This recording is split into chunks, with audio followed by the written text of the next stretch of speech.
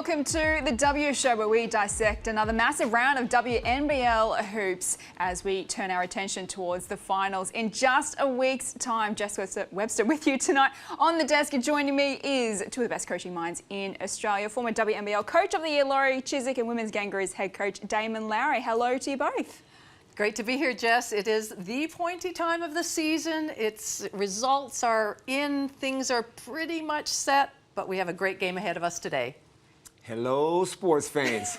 We've been waiting for games like this. A do or die, loser, not Flyers, but if Canberra Capitals, if they lose this game, it's all over for them. It's the off season. So they got everything to play for. I can't wait to see what kind of desperation they come out with. Absolutely. It's a virtual elimination final tonight for the Caps. But let's get stuck into our biggest key takeaways of the round that was so far. Laurie, it starts with you. Well, thank you, Jess. My biggest take around for this round was that Geelong, to me, are the in-form team of the gaggle of teams that are below the big three. Gaggle?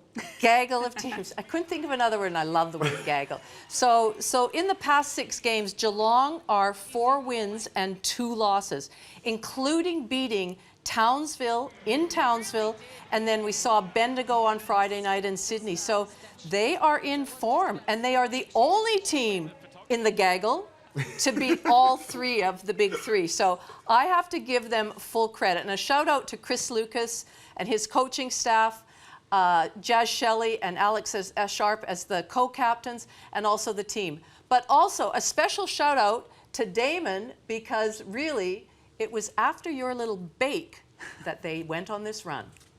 I want to see the heart and ticker. I get so motivated by the underdog. Nobody thinks they can win this game but their immediate family. Can they pull off the upset of the season? What would you give?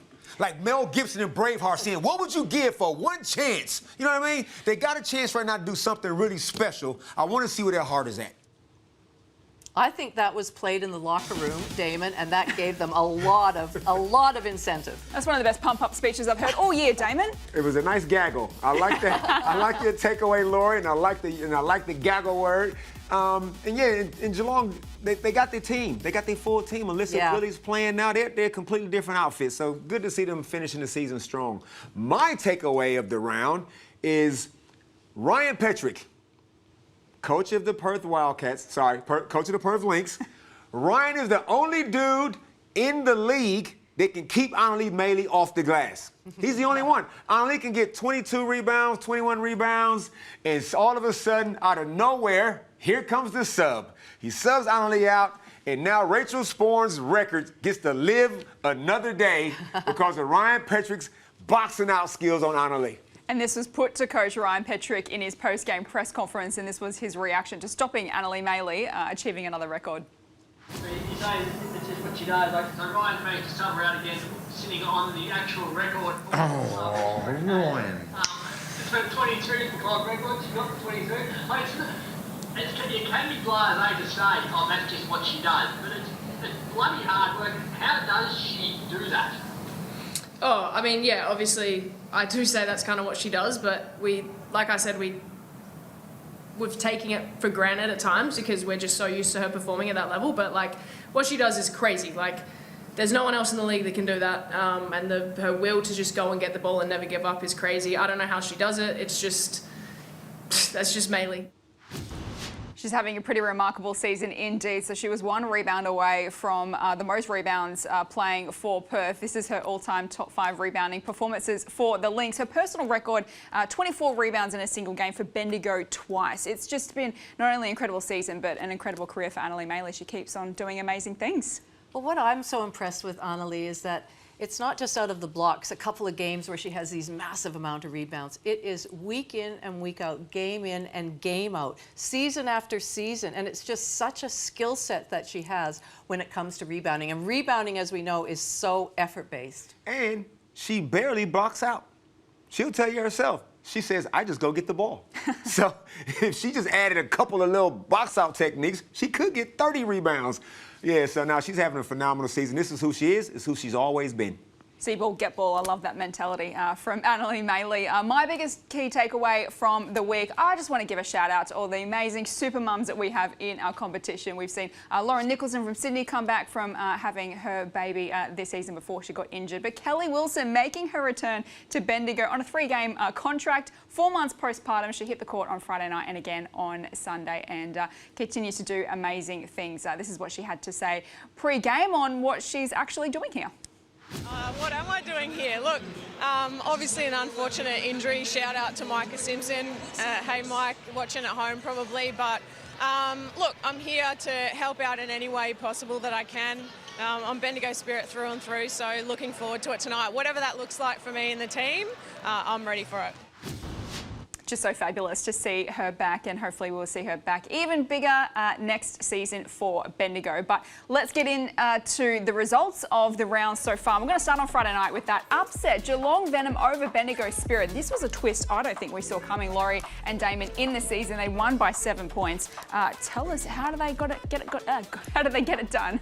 Well, I don't think anybody saw that coming, and given especially since the prevalence of still trying to end up in second spot for Bendigo, I thought they would have been, they would have taken it. But to Geelong's credit, they are just playing like a real unit out there. And as you mentioned earlier, Damon, with the inclusion and back into form of Alyssa Peely, we know that she injured herself with her ankle injury the very first game of the season, so she's only up to about her 6th game.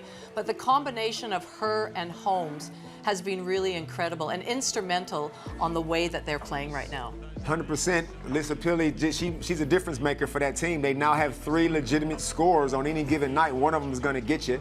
And Bendigo Spirit, that was a tough round for them, because after that loss, then Perth put the smack down. So their confidence is probably taking a little bit of a hit right now. So humongous game for them to finish off the season. An incredible upset victory from Geelong. Let's talk a little bit about Jazz Shelley. She didn't score in that game, but she had 7, 7 and 5 and played a really important role, Damon, on Izzy Boulais. She did. Now, the good thing about the way Jazz Shelley played, and I like when stuff like this happens, you can score next to no points, which she did, and still play good. You can score points and play bad. One thing about Jazz Shelley is she's what we call a gamer. She has hoops. She does all the little things. Some stuff don't show up on stat sheets. She has great hands on defense. Her instincts are really, really good. Probably never was known for a defensive player like that. Growing up her junior career, she's always been a really good scorer and a combo kind of a guard. But on a defensive end, she's got instincts. It's almost like having 2 extra people out there on the floor the way she reads the play. Is this the playbook, Laurie, on how to shut down Boulais for the other teams fighting in the top 4? Well, I'm sure they would be looking at that, absolutely. And on your point about Jazz Shelley, Chris Lucas has given her the green light to roam, and she has such great anticipation, such great hands out there. So, yes, she may be guarding somebody else, but she did, in that second half, she was an elite defender against the top scorer in the competition in Izzy Boulais. Damon, you referenced Sunday's match between Bendigo and Perth, another loss to Bendigo this round. So what do you think it does to their confidence? And I suppose, Laurie, the defensive work of Perth was really impressive as well. They got to be able to beat the good teams, the really tough teams, which they have done throughout the year. But for whatever reason, Perth got a hold of them. And I think their biggest issue, and I don't know if Kenny Kariyama agrees with me, their zone offense, I don't know what it is right now, because as soon as the Perth Lynx went to a zone, which they have done throughout the season, especially against Bendigo, they struggle. So they need to figure that out, because I'm sure they will see it again when them teams meet up. Well, absolutely. They were up by 3 points at halftime, Bendigo, and, being able to get their feet in the paint, dribble penetration, pass penetration, and looked, well, it was a great game. It was a great first half, looked comfortable. And then when it went back into the second half and that zone was there, they struggled big time with that. And it was a 1-3-1 zone. Sometimes they tried to change it up a little bit. If it was on a make or miss, and it was a real instrumental game changer as far as how Perth played, and then were able to go down and score at the other end. So certainly Bendigo are really going to want to take care of business. And interestingly, Bendigo don't play that much zone or very little zone themselves, so do they practice against it at training? That's a really interesting concept. Well, let's take a closer look at this zone that Perth played with on Sunday, guys. I want you to break it down for me and talk us through exactly how they're positioning and setting this up. Well, first they would do it on the score. And obviously when Yamaya Morris is in the game. They want to protect her, so she's going to roam the middle. You watch her there. She's not going to come out of the key. Everybody else is kind of matched up on the wing. So now Hanju, this is a 1-3-1. Willie's going to, if she comes that side, Willie comes out, gets the ball. Hanju stays back there patrolling the paint. And they're going to force you into taking some very difficult kind of shots. Very few teams have a 1-3-1 zone offense. And to your point, Lori, because the majority of the coaches feel that zone is a junky kind of a defense, they don't want to play it. So that means they're not going to practice against it. And then when they see it, they caught off guard. Well, I couldn't agree more, and I thought Perth did just a really good job of some of the basics. You can see their arms are extended, movement on the flight of the ball, making sure there's always ball pressure. And then, as you mentioned, anytime there was any sort of penetration, there was Hanshu in there protecting the paint. So they did a great job of that, and that's something that I'm sure Bendigo, the coaching staff, will be looking over tape, talking about it, where we can find the gaps and how we can score against it. Well, Kelsey Griffin and their coach Kennedy Kariyama were asked about the Perth zone in their post-game press conference. This is what they both had to say. Well, it's probably not that simple. They went in and made an adjustment and basically went to zone on makes and man on misses, and we weren't getting enough stops to keep them in their man. So it was probably a double-edged sword for us that we weren't able to exploit them in their zone, and then we weren't getting stops. And to Kennedy's point, we gave up some O boards, which then allowed them to stay in their zone. So I think it's probably a very similar tale to the Hoops Fest, except for our defense was was much better, I'd say, in Hoops Fest. So it's a recipe that they have found that works to beat us, and so that's something that we're going to have to figure out strategy-wise to be able to try to have a different outcome in finals. Offensive rebounds, we gave them 2 offensive rebounds within the first 2 possessions, and then we still haven't figured out that zone, and I don't think we really at any stage got to any of the actions that we've spoken, shown video, and spent a smaller amount of time working on. I mean, and this week it was heavily focused on Geelong, so I'm not making excuses, but certainly we'll have to put some more time on that. We obviously know we'll be playing Perth in finals. That's who we play. So really this week is not saying that the Townsville Fire game's a write-off. We want to play that and play our best basketball, but we're going to have to dedicate a lot of time to figuring that out. But they don't have a long time to figure it out, only a week before finals, Laurie and Damon. So how do they work through this Perth zone, and what do they work on during training ahead of what is likely going to be a finals clash? Well, they don't have anybody 6'11" that they can put underneath the basket to kind of simulate that part of it. It's just going to be where they start. Sometimes the offense, it looks like it works against a man. Some coaches say, oh yeah, this works against a man in the zone. I disagree. I feel like they need to change the alignment to really expose, because when you play a 1-3-1, as we know, Lori, those corners are wide open. But if you got a team, I'm not going to tell you how to beat a 1-3-1 zone. I do know, though, but I'm not going to share that because I don't get paid enough to be doing that kind of stuff. But yeah, they need to work it out and work it out quick. Well, Perth also has one eye on the finals. This is what Ryan Petrick had to say about next week's matchup. The tricky one with next week is Bendigo go to Townsville. So Bendigo's then got to have played us and then Townsville. So I'll be cherry ripe for like finals like basketball, whereas obviously we have Sydney who aren't in finals. And if you just go and throw it and like you rest all your stars and you don't play how you normally play, like what's your form line like? So it's probably a question for the S&C team a little bit, to be honest. That is a real dilemma for coaches at this time of year. That last round, that last game, do you rest your players because they've got a long trip ahead to Perth? Do you want to try and get some form so you bring some play, you run your normal stuff? How would you take it, Damon? You got to earn your rest. You're not just going to get a rest. I'm going to play that last game to win, because the best form is winning form. But I'm also going to make sure that they put in at least 3/4 of action before they get their rest. I can't let you off the hook, Laurie. What would you do? Do you rest your players or not? Well, I think it depends. If anybody has any niggles, and then you would take that into account. But I agree, you have to be playing into form going into the finals.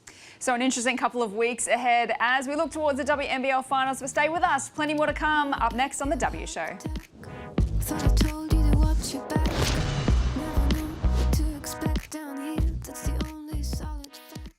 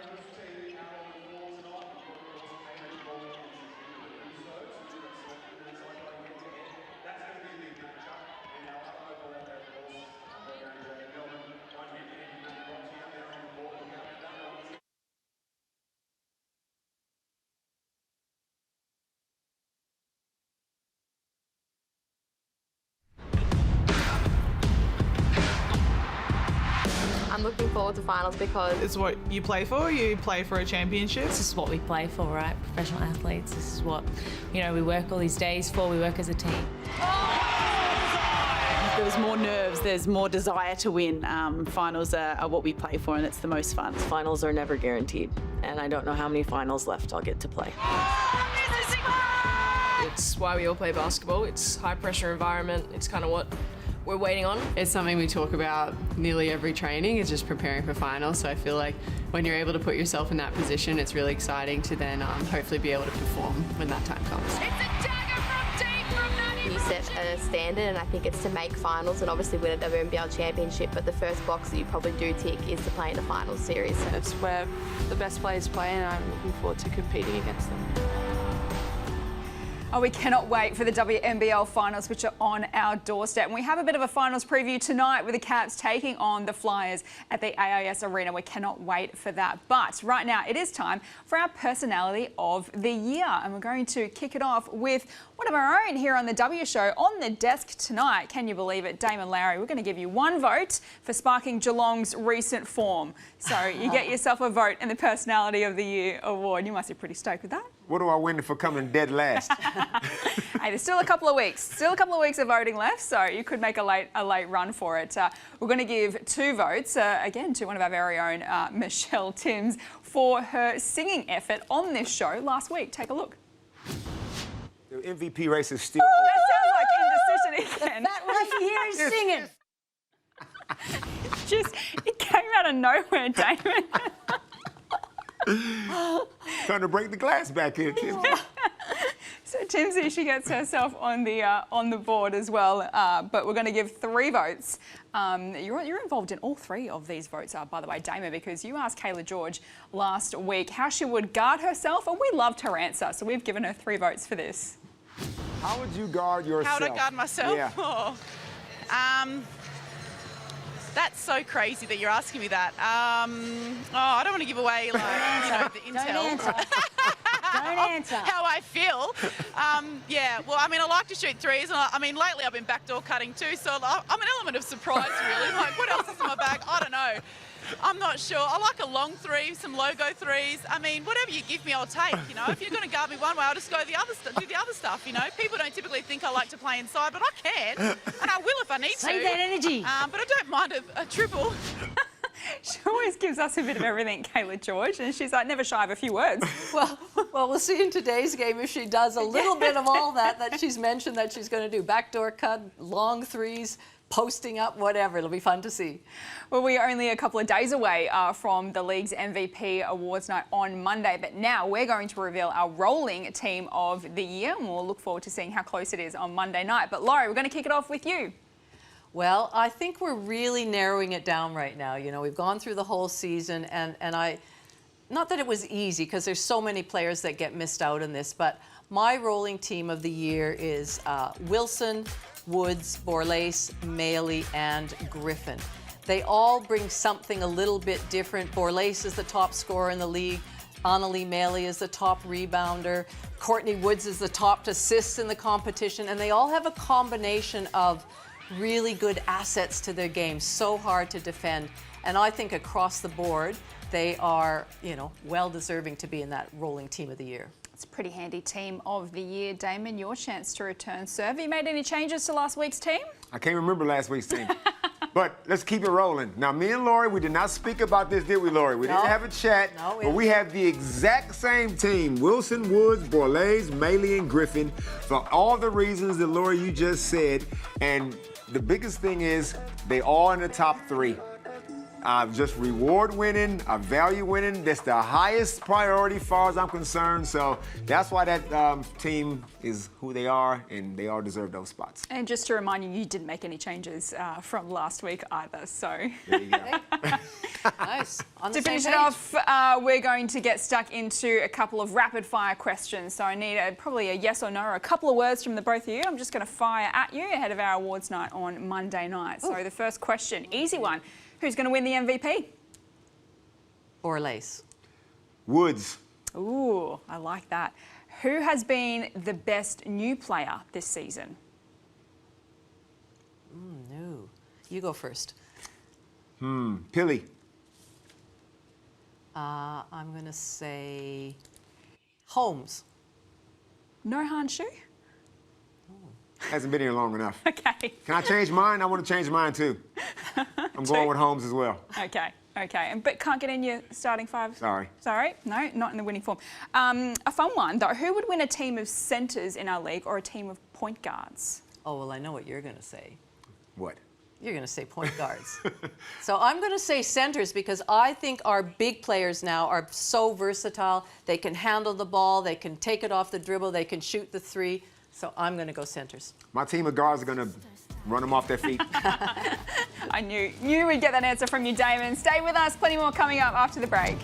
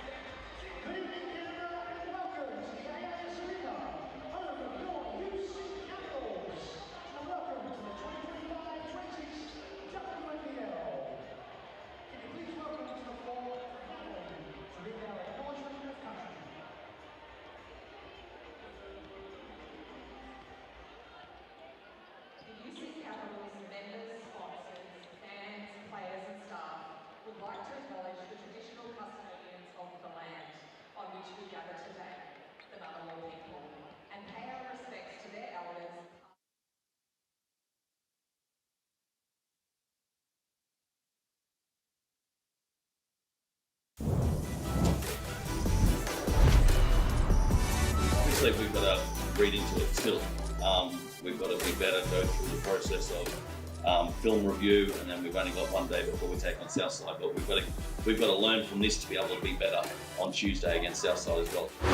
We know our season's on the line right now of it's pretty much win or lose. Like you win, you hopefully get in, you lose, you're going home. Welcome back to the W Show. We're building up to tonight's massive clash between the Canberra Capitals and the Southside Melbourne Flyers at the AIS Arena. And we are joined now by Cap star Izzy Brancatisano. Izzy, we've been saying it's do or die for the Caps for the past few weeks, but tonight really does matter. You have to win to keep your finals chances alive. What's the mindset going into tonight's clash? Mindset is to try and win tonight, I think. Absolutely, Yeah. But you must be so excited. The crowd always comes around to AIS Arena and support you guys, and there's no bigger match of the season for you. Yeah, I know. The crowds here is definitely the best. Townsville tried to tell me last weekend that their crowd was, but I'm sure it's ours. No, they'll be here tonight to support us, and hopefully we can get the win for them. Laurie Chiswick here. You have had so many battles with Maddie Rotary over the course of your career in NBL 1 or WNBL. Is this something you get excited about, or do you actually really dread it? Nah, it's exciting. Yeah, I know. I feel like I've had match up on her a lot. It's the same thing every time. She's a really good player, and yeah, so I enjoy the challenge.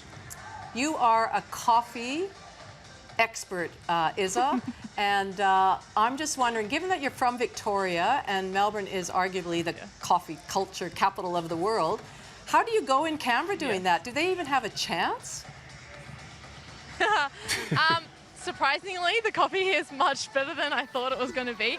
But don't tell the Canberrans, but Melbourne's coffee is definitely better. Izzy, so first of all, good luck. Second of all, Thank you. You wake up and you seem to choose aggression every time you hit the floor. What is one thing that we guarantee we're going to see out of you in this game tonight? I think effort. Effort and definitely aggression. They're two things that you can control, so that's what I aim to bring to each game. And Izzy, it's a massive game tonight, as we know. What were the key messages during the week at training, and how are you going to get over the top of the Flyers tonight? We need to score some buckets, but our defense needs to hold up and rebounding and just like effort. No one cares. Everyone's tired. It's the end of the season, so no one cares. It's just time to get the job done. Now, Izzy, because you've said we're going to see, you've guaranteed effort and aggression. What are we not going to see? And don't say non-effort and non-aggression. Not going to see from me. Yeah. Can I suggest something for you, please? I don't want to see you, Izzy, hesitate for a second when you got a wide open 3-ball. You promise? Okay. Promise. If a 3 goes down, it's for you. There you go. Love that. Thanks so much for your time pre-game, Izzy. We really appreciate it. Go well tonight and good luck. Thanks for having me. Thank you, Izzy Brand-Calazano there, joining us from the AIS Arena. So much on the line tonight. Really looking forward to this battle, Laurie and Damon. The Caps will take confidence into tonight. They've beaten the Flyers twice already this season. They're going to have to take all those little positive wins coming into tonight's game. Where do you think it's going to be won and lost? Whew, well, I really like the point guard matchup, and I really like the big matchup with Kayla George and Akuzo. I think it'll be won at both ends, and really for me though, it's about which team is most desperate. Canberra, basically this is a do or die for them. If they lose tonight, they are absolutely done. Their season's done. So it is do or die. It's like a final for them tonight. No question about it. So I think they have to bring the desperation to this game. Let's take a look at the strengths and weaknesses of both these sides so far this season. Damon, in the 2 matchups that they played earlier in the season, Jade Melbourne and Zatina Akuzo were the Caps' best on those occasions. They really need them to stand up tonight to get them over the line. They do. It's all hands on deck. Now, last time Capitals beat Flyers, they had Sarah Blicavs playing. There is no Sarah Blicavs, as we know, so everybody else has to do a little bit extra.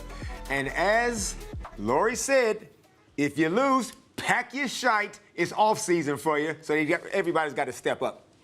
It's going to be a massive battle, as we know. We cannot wait for this one. A massive Tuesday night game of WNBL hoops to close out round 16. Stay with. Read into it still.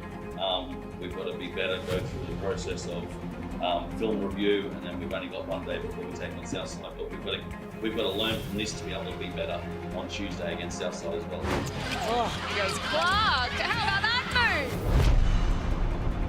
We know our season's on the line right now of it's pretty much win or lose. Like you win, you hopefully get in, you lose, you're going home.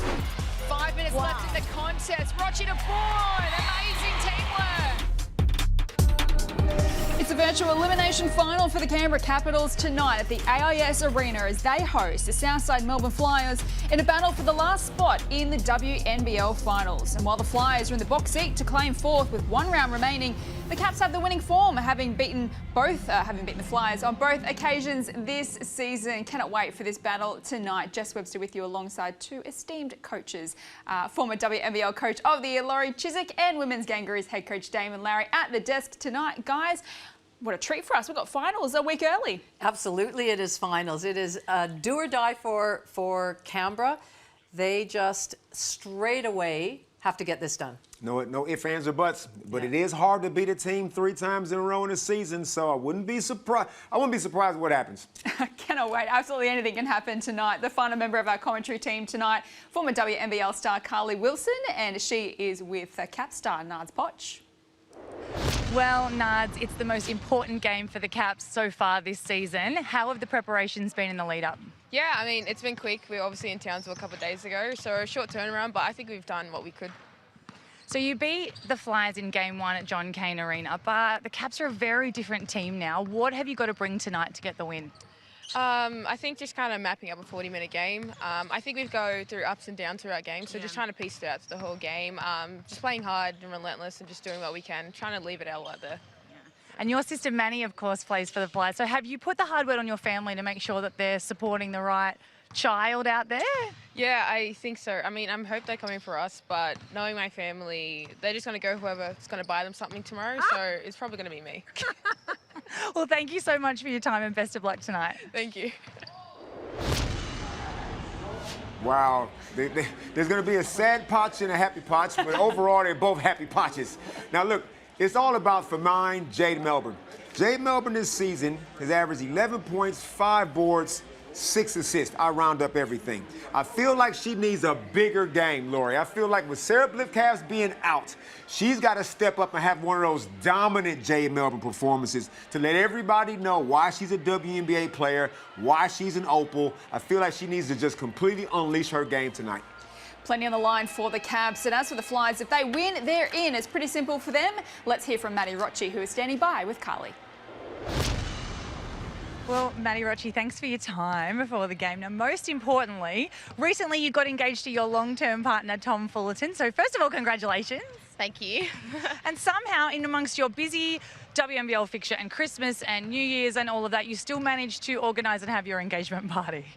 Yeah, we did, and I think that was something that we wanted to do, to be able to have a set date for all of our family and our friends, and the girls came along and Christy. So yeah, it was exciting and it was special, but yeah, we did manage to fit it in a very busy schedule that we did have in that week. Well, congratulations again. That's fantastic. Now, getting to tonight's game, 2 more regular season games, but obviously tonight is crucial. Has there been some nerves in the locker room?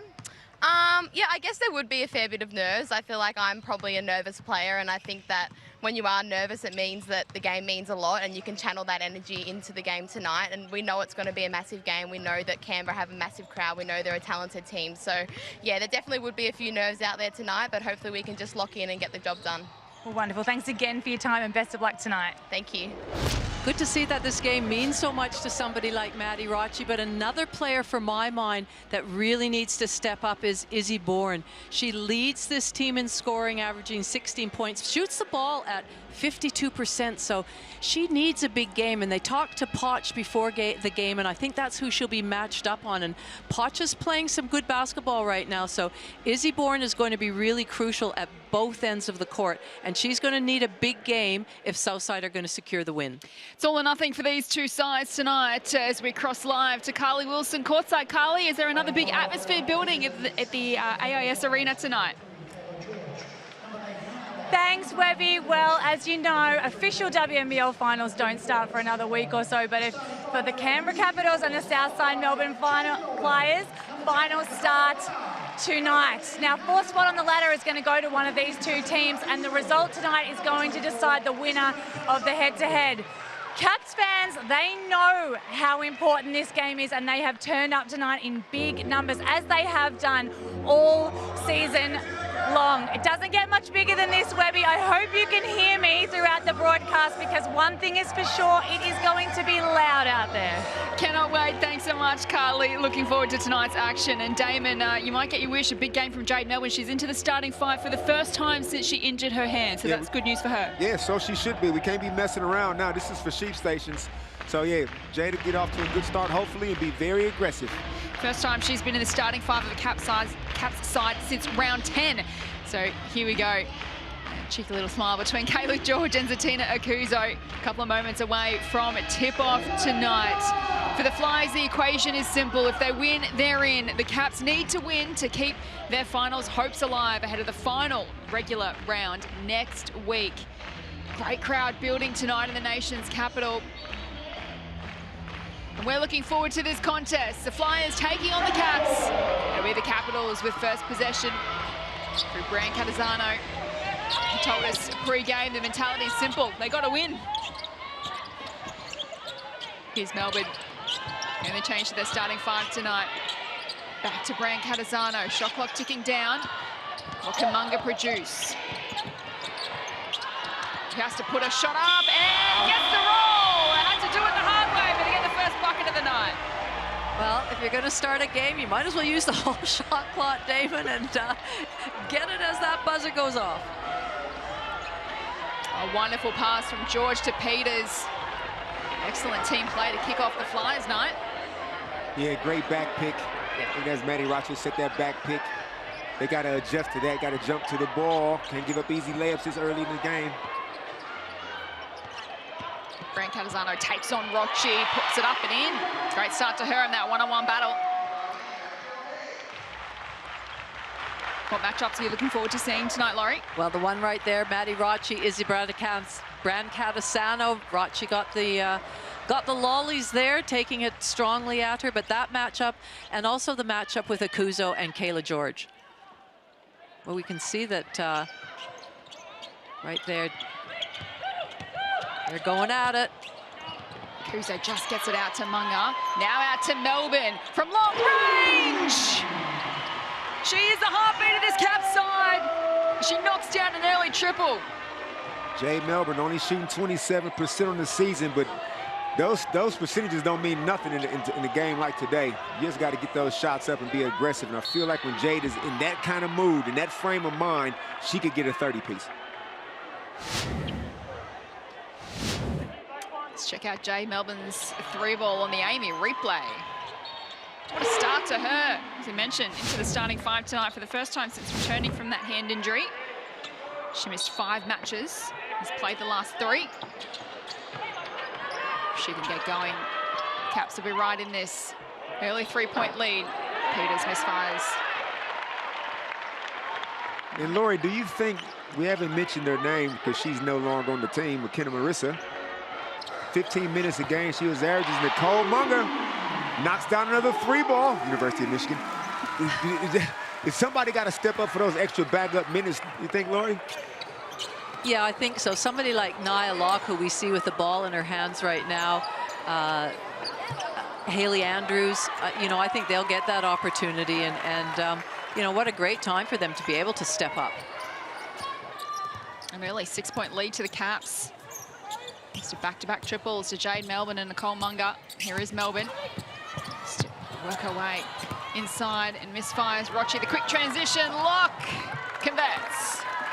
That was a quick stream down the court by Nia Locke and a great pass to her from Maddie Rochi. Yeah, Nia's a great athlete. Her confidence will be going through the roof with all this extra playing time that she's getting and she's producing. Is Izzy leads her way to the basket for an easy deuce. One thing, Damon, I think about both of these teams, neither of them can play really just safe basketball. They have to be desperate, they have to be aggressive, they have to take some chances out there because everything is on the line.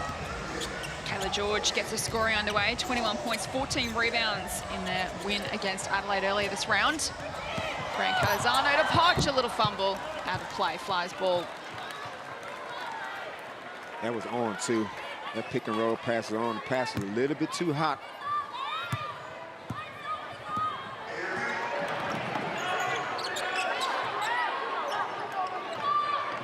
Rochi calling the shots, decides to go all the way herself, just couldn't get the roll. The rebound to Akuzo. Caps 12, Flyers 8. Good start to the home side. They absolutely have to win tonight if there are any chance of sneaking into 4th. Poch swings it across to Melbourne. Pulls the trigger again. Bounces off the rim. Poch with a rebound. They'll get a second opportunity. Poch draws a foul. Laurie, something else that's important for both teams, foul trouble, foul discipline. Yes. You can't afford, Southside Flyers play their starting 5 the majority of the game. Obviously, Tara Reid will come on for Nia Locke, and she would play probably over half the game, but the big 4, Peters, Bourne, George, and Rochi cannot afford to get into foul trouble. Well, one, it takes away that their scoring input, the amount they score, but it changes all the rotations and the matchups, and it does become really problematic. Poch is no good. Rochi races away, looking for Bourne. Goes out of play. So both these sides don't exactly have the best winning form coming into tonight's clash. Flyers have lost 4 out of their past 6. The only wins in that period, 2 to Adelaide. Canberra have lost 5 of their past 6. The only win in that period is against Adelaide. Munga for 3! They have found their range early, the Caps. 3 out of 4 from three-point range. Laurie, what's Nicole Munger averaging coming into this game? She's averaging 7.1 points, but she shoots the 3 ball at 34%. But, you know, she's one of these players that if she gets her eye in, and as we've seen her already get a couple of 3s out there, I reckon she'll certainly surpass that 7-point margin. Sitting on 6 already. And this is what I'm talking about percentages. It doesn't matter now because she's 100% in do-or-die game so far.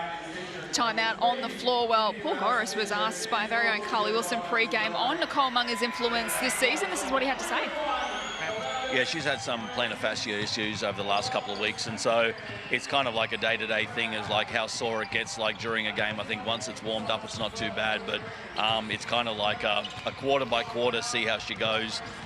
She's been like tough and trying to like push through that, but obviously it's the business side of the year that everyone's going to fight through fatigue, soreness, injuries, and so we just got to be able to like put that aside and get the minutes out of her that we can. She's not going to sit. If she's hot, she is going to play the whole game. You sit in the off season. Yeah, and you don't rest off season in a couple of weeks. So 8 points already to Nicole Munger. This is exactly the kind of start that Coach Paul Gross would have wanted from his side.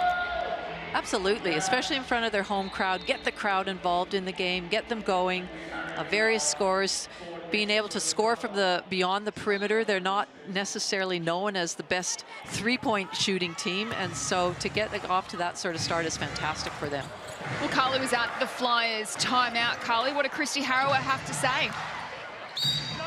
Christy Harrower was furious with her team, guys. She said, you have started off softly and now the Caps have got confidence. This is the one thing that we didn't want to happen so early in the game. She said, if we are going to win this game, you guys have to be prepared to do the hard stuff and do the hard work, and that is going to start with no more offensive rebounds for the Caps. Hey, Carly, as a former Capital, what would a former Capital have to say as a pep talk to the team? The best thing about playing for the Caps right now is this amazing crowd. So I would be saying, guys, you've got a lot of history in this club. Look up at those banners that are up there. There's a lot of championship banners. Take inspiration from that, but also you have a responsibility with that uniform on. You've got to go out there and you've got to play your heart out for this crowd and for this club. Sounds like Carly wants to get out there on the floor. Goodness, Carly, take up the coaching flag. 5 minutes to go in this first quarter. A great start to the Caps. Melbourne to Akuzo with a contact as well. You know what I really liked about that, Damon? On that baseline cut by Akuzo, she stopped under the basket. She didn't continue to go out to the block. She stopped at that point, had the defender behind her, and was able to finish. Don't have to make a post move then. That is 100% right, and good cross-screen guard. I like to see the small to big screen to try to cause some confusion, possibly a switch. And Christy Harrower, she over there like she got marbles in her mouth. She's extremely annoyed. She said, we've come out soft. A double-digit lead to Canberra, 18-8, halfway through this first quarter. What a bright start indeed. Time for the Flyers to find a response. Here's Nylock handing it off to Peters. And go back to Rochi. Trying to get around Akuzo. Off to Bourne, off the glass for 2. Well worked out.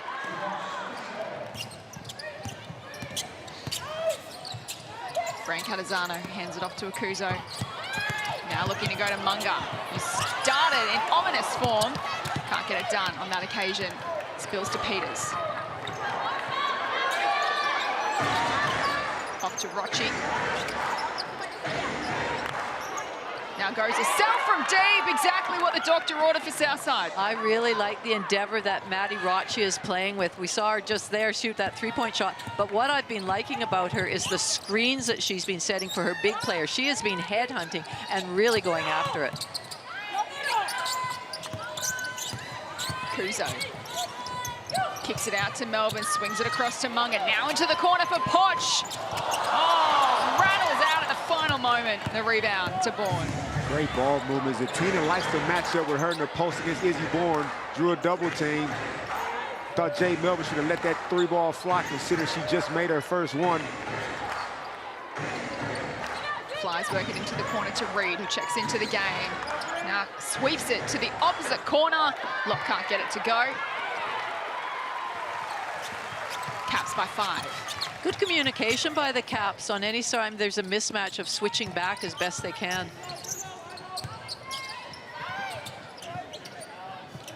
Mungo hands it off to Melbourne. Now to Brian Catazano, wide open for 3. Bounces off the rim, falls to Rochi. And we saw, too, Laurie, that Kayla George subbed out. She picked up that one foul on the illegal screen. For mine, she's got a minimum 37 minutes. And I got to ride the vet as Tara Reid answers back. Couple of timely triples in this first quarter of the Flyers. Draws them to within 2, but Mungo, who's got the hot hand in his opening quarter, pushes the margin back out to 5. Forget the season average of 7 points. She's already at 11. Rochi goes to ground. Oh, look at the desperation between 3 players. Melbourne, Akuzo, Rochi. They are playing like 2 teams desperate to play finals. It's a great contest unfolding so far as we take another look at Nicole Mungo. Tara Reid put her hand up as if to say, that's my bad. She gambled on the hottest player on the court at the moment. Rochi to Locke, the spin move against Melbourne, and the roll for 2, beautifully. Okay, rookie, okay.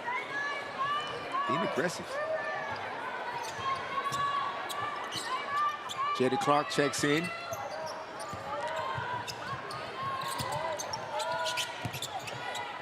Poch back to Clark, shot clock ticking down to 5. Jade Melbourne's turn to manufacture something. She gets fouled and will head to the line. It's really important that Canberra keep the ball moving quickly, pop it through hands, make sure that it doesn't stick at all so that Southside can get set up in their defense. And then they did a good job of that on that reversal, and Melbourne then just punching it in. Jay took advantage. She's going to be aggressive. I think the refs bailed her out on that particular call, though. But it was late. Yeah, when you're aggressive, though, you put the pressure on the referees. Well, we're almost finished the WNBL26 season, so don't miss your chance to catch a game live this summer. It's the perfect family day out, packed with energy, atmosphere, and unforgettable moments. There's nothing quite like being in the crowd and part of the action. So scan the QR code on your screen and visit WNBL.com.au and find a game near you. Caps by 3 as the Flyers turn it over.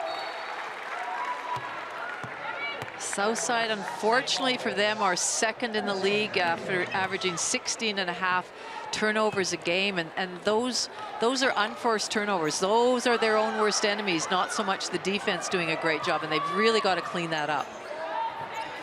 Emi Shearer hands it off to Akuzo. Has Bourne for company. Now they go to Melbourne. Now looks to make her move. Gets the contact. Once again, we'll head to the charity stripe. Jay puts her head down. She makes up her mind, and she's getting on the rim. She's penetrating. And looks like Maddie might have got her with that left arm. Jay just missed the last 2. Needs to reward herself.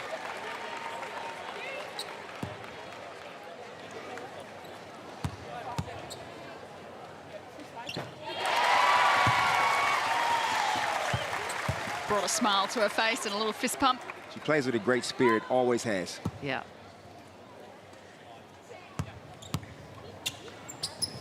She make amends.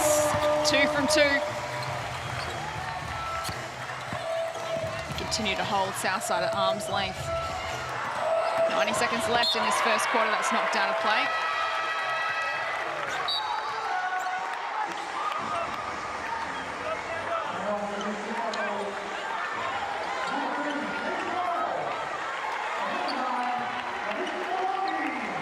Looks like Laurie Kayla's going to sit out for the rest of this first quarter on her 1 foul, 2 points and 1 foul. I guess it's not obviously danger stations yet as Izzy Bourne misses an easy little jump hook in there. Watch to Clark, shares it with Shearer. Well, maybe the fact that Akuzo's not on the court in that matchup, they might be, you know, having a look at that. Morel off the left, tough shot, she gets it done.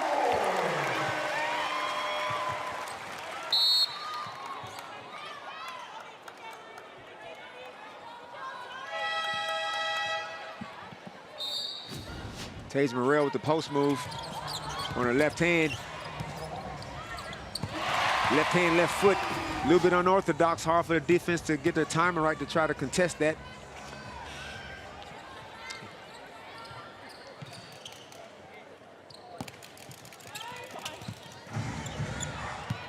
Even though they got back into this game, Lori, how does Christy Harrow feel giving up 25 points already? Yeah. Manny Potch on the floor for the Flyers. Go for a late confidence boost here in this first quarter.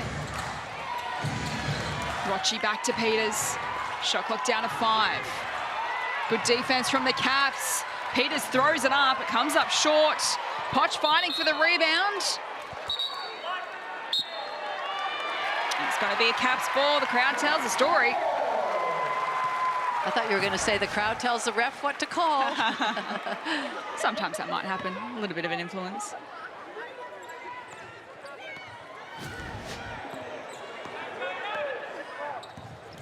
Caps 25, Flyers 18. Strong start to the Caps. Tage getting herself to the free throw line. I mean, Tyree's like, how did I knock her down?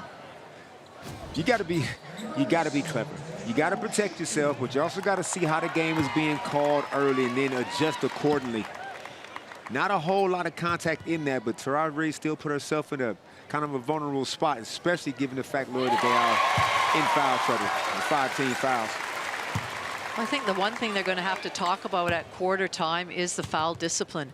One that's sending them to the foul line. You know, all these points count in close games. But again, as we talked about, the rotations and changing and mixing up, having to mix up positions. Final 10 seconds. What can Rochi do for Southside? Drives away inside and gets a late bucket. And at quarter time, a strong start to the Caps. Their season is on the line tonight. They have to win in the hunt for 4th spot. And at quarter time, they lead the Flyers 26-20. We've got the second quarter coming up after the break.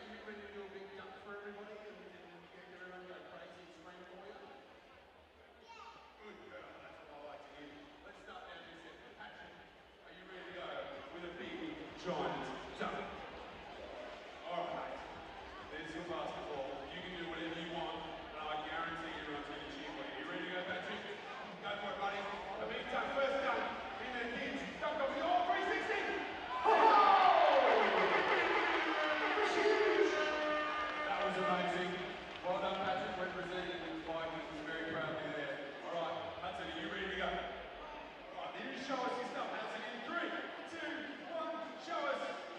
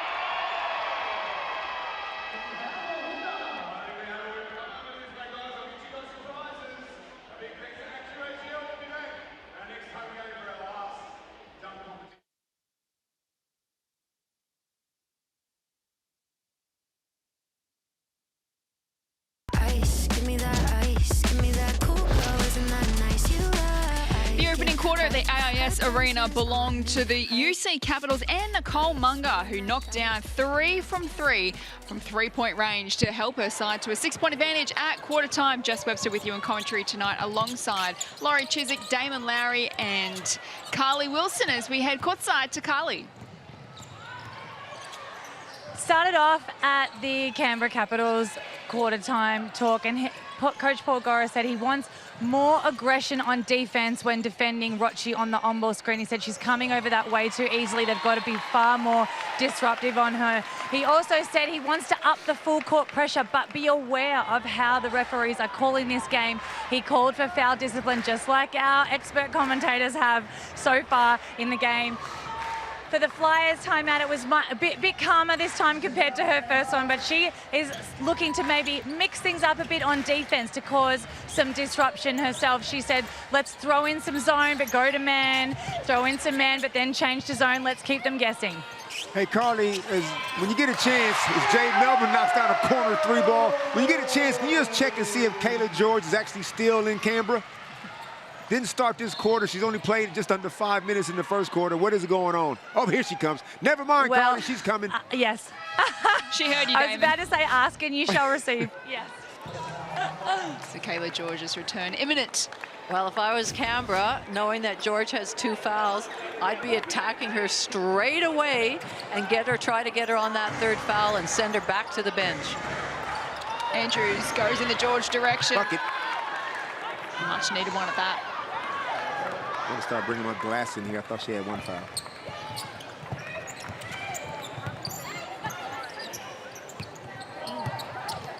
Here goes Munger. Oh, that is a foul against George.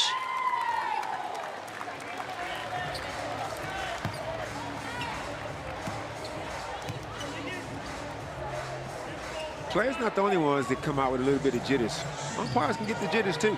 That's my mistake. This is her 2nd foul. I'm still leaving her out there, Laurie. I got Oh, yeah. 18-year vet.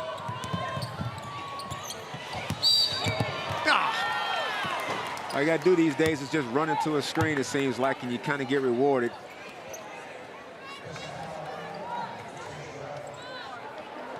It's Christy Harrower on the sidelines. Her side facing a 7-point deficit to start this 2nd quarter. So the Caps have beaten the Flyers twice previously in this season by 9 points in that amazing round 1 contest at John Cain Arena. Then by 26 in round 9, Laurie. How much confidence would they take knowing that they've had the wood over the Flyers this season? Well, I think certainly that massive 26-point win. Akuzo scoring 22 points. Jade Melbourne, 11 assists on that one. So yes, I think they would, you know, as a coach, you would throw that in. And but at this stage of the season, again, when it's playoffs, do or die, that really doesn't count for a lot. Is Morrell working on Poch. Just couldn't get the finish. And the rebound to George. She takes it away to Reed, who swings it across to Manny Poch. And steps away through. Just couldn't get it done in the end. The rebound to Morrell. They're right there in the game. It's only a 5-point deficit. They got to make sure Nicole Munger gets no more good looks. And if I'm Nicole, I'm looking for that 4th triple. Kuzo looking for Clark. And now pulls up the 2. Great shot. Really good decision by Jada Clark. Used the re-screen. Defense was just a step behind then, and to be able to pull up a nice little mid-range jumper. Andrews in the corner, loses it. And great closeout by Jada Clark to force a turnover. Caps 31, Flyers 24. We haven't seen a double big lineup like this that often with Canberra. Was it Tina and Tage on the floor at the same time? Yeah. Kuzo v George, one of the matchups that we're looking forward to tonight.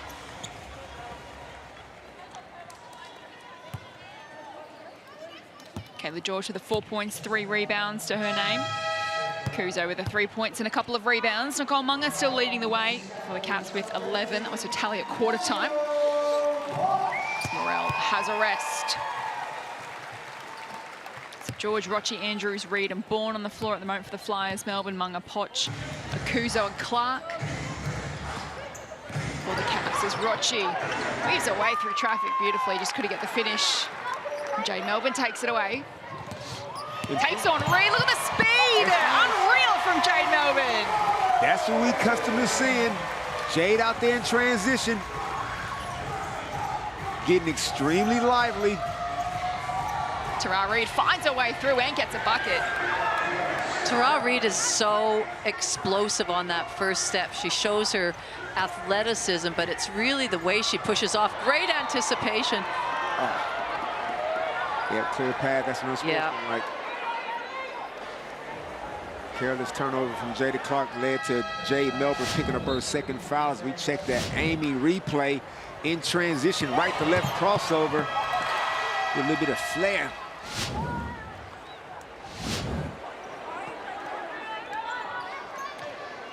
We're on 5 team fouls, the Caps now, with 6.5 to play in the second. And Katie Sissoko is sitting over there in a t-shirt, not in the lineup this particular round.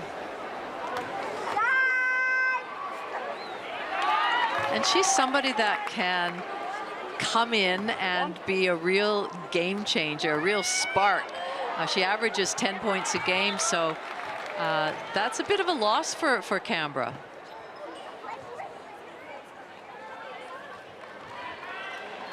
I'm only going to sit Jade, Lori, for maybe a minute or two, just to let her just calm down. But I'm not benching her for the rest of this half.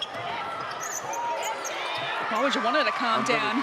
I mean, just when you pick up your second foul, you might get a little bit feisty and you might pick up a quick third. So she's on the third foul, so that now she has to sit for the rest of the half. Bourne steps around Potch.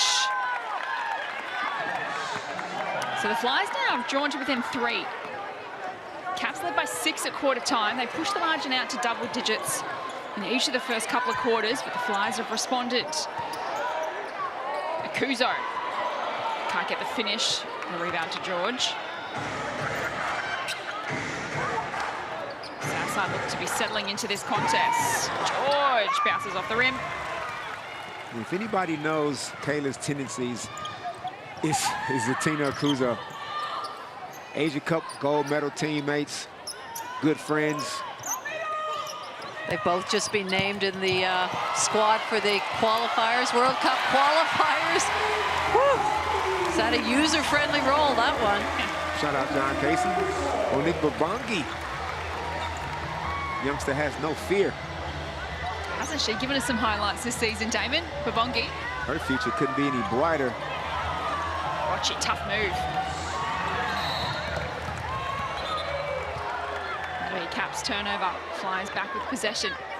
Flyers are doing a good job right now of just being a little bit disruptive out there in what they're doing defensively. But what a great baseline off the ball cut by Babongi. Pass to match as well from Akuzo. Caps by 3.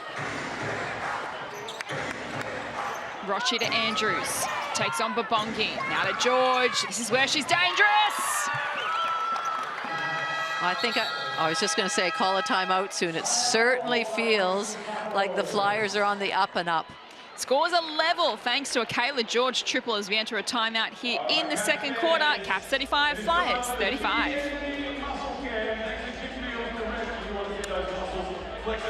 Well, if Coach Christy Harrower was displeased at quarter time with their side start, should be pretty happy with how they've come out and responded here in the second. They brought themselves, right back into this game. Yeah. They obviously got Canberra 5 team fouls in just under a half of a quarter to play. That is some terrible foul discipline on the Capitals. So they got their work cut out for them. Jade Melbourne's on 3 fouls for the half. We're not going to see her anymore this half.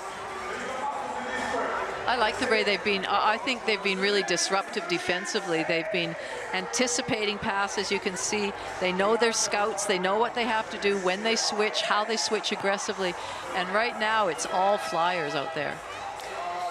Munga with the 11 points for the Caps. Also tally at quarter time, so hasn't scored yet in the second. Melbourne with the 10, but as Damon mentioned, she's sitting on the bench at the moment for the Flyers. Rochi has worked her way up to 11 points. Kayla George now on 7.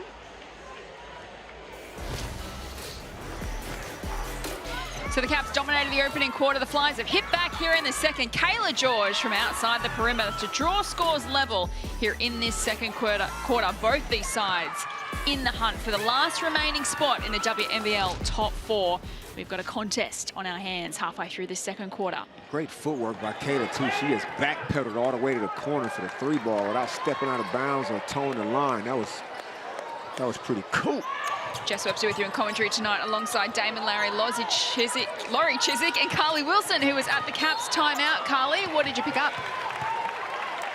Guys call it for urgency and discipline from his side. He said, especially defensively, he said, the Flyers are scoring and there is zero urgency to get the ball out of the net and get the ball in. That is how we are going to generate our offensive scores in transition. So bring that urgency. And he said defensively, we have to be better at switching aggressively. He was not happy with the last switch that happened that led to Kayla George's score. They also got to do a better job of getting Nicole Munger involved, and Nicole Munger got to do a better job of being aggressive. She had 11 points, 3 threes in that first quarter, is yet to take a shot. Well read from Akuzo. Hands it off to Bran Catazano. Get it back at the top of the arc. Off to Poch. Now works her way inside. Oh, she's lost it. Hayley Andrews takes it down the floor for Southside to Kayla George. Pops it over the top to Peters. Denied by Poch.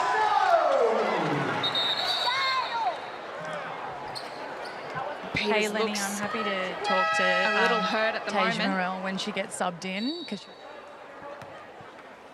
Hayley Peters, the last few games, her body more and more is getting covered by tape as each game goes on. It's just not something we want to see.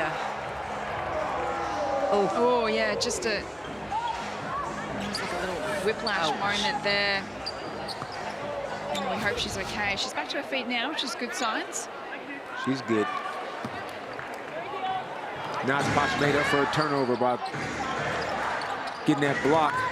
But they are getting a lot of stuff on the rim, and they back to the foul line, Lori. Well, that was a really good post feed and then movement off the post feed. As soon as it went into Kayla, there was a little X action there, and Tara Reid ended up with the ball in her hands and finished and goes to the foul line. And that's just something that Monique Barbongi will learn as she gets older. She just hasn't been on earth long enough to probably pick up some of these little nuances.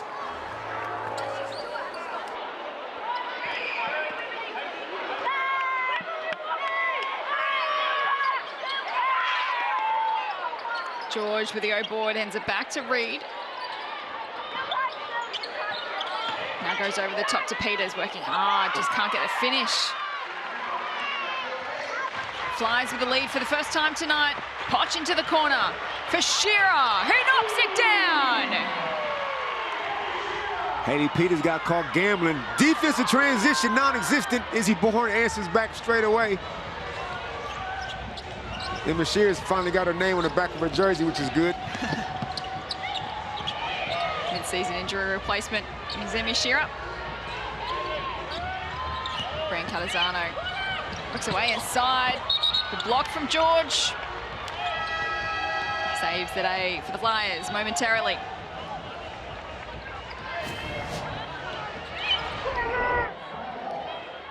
Yeah, Flyers just look a little bit discombobulated, Damon, right now without their court general in Jade Melbourne.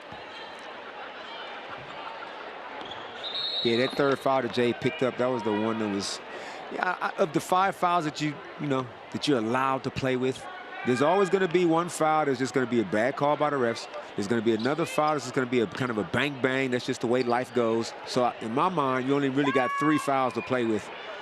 In the start of game, you want to make sure you keep those up your sleeve. If that means you give up the occasional bucket, Lori, just to play the long game, we'd like to see Jay take that tactic.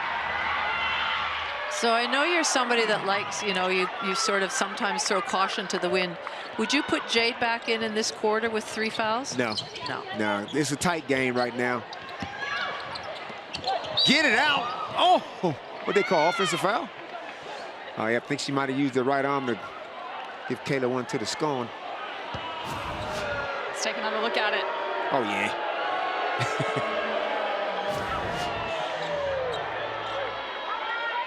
Kayla laughs it off.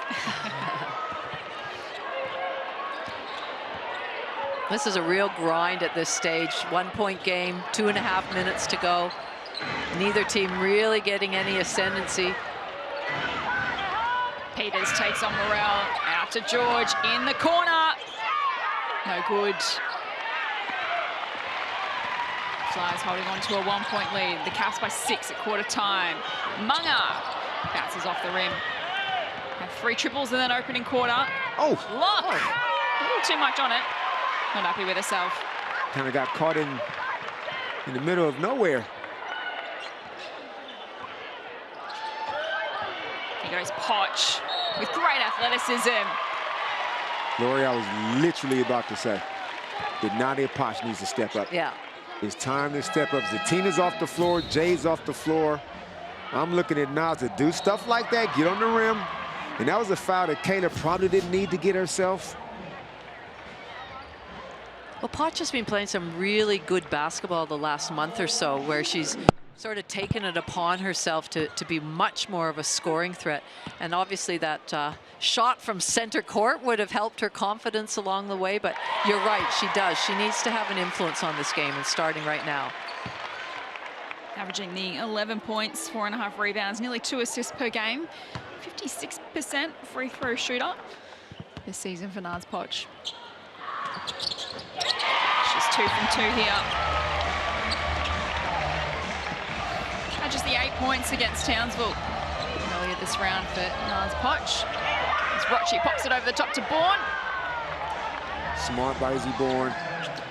Took 1 step towards the ball and just spun. Got herself an easy deuce. Shearer looking for support. Goes to Brancatizano. Now she makes a move. Stay with the Caps.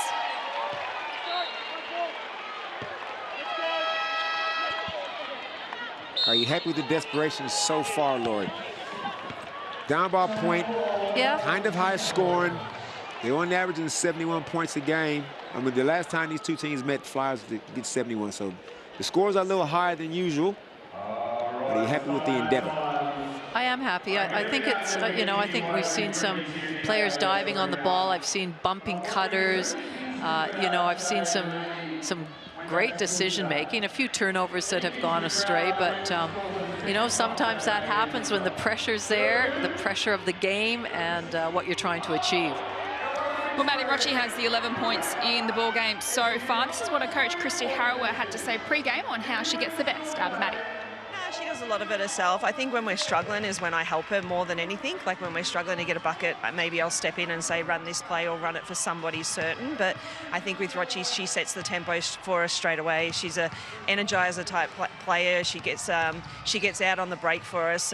But I think with Roch, it's about more being poised and understanding when it's her turn and when it's you know, got to get the ball in somebody else's hands, and she's been doing a really good job this second half of the season of keeping her turnovers down, and that's really important to our group for a win today. Big tick for Maddie Rochi for me in today's game so far. I think she's going about her business really well. She doesn't seem to be getting caught up in things, which we know she's an emotional player, and she can sometimes, that can happen to her, but I feel like she's really leading this team well right now in the tempo, her decision making, her own ability to try and score as well. You can just tell the relationship between her and Christy. Christy obviously coaching her in NBL 1 at Keylord, so these two have got a nice relationship, a nice player-coach relationship, so she sees things that Maddie might miss from time to time, and you can just see the longer they're together, it's basically almost a year of just coaching her. Yeah.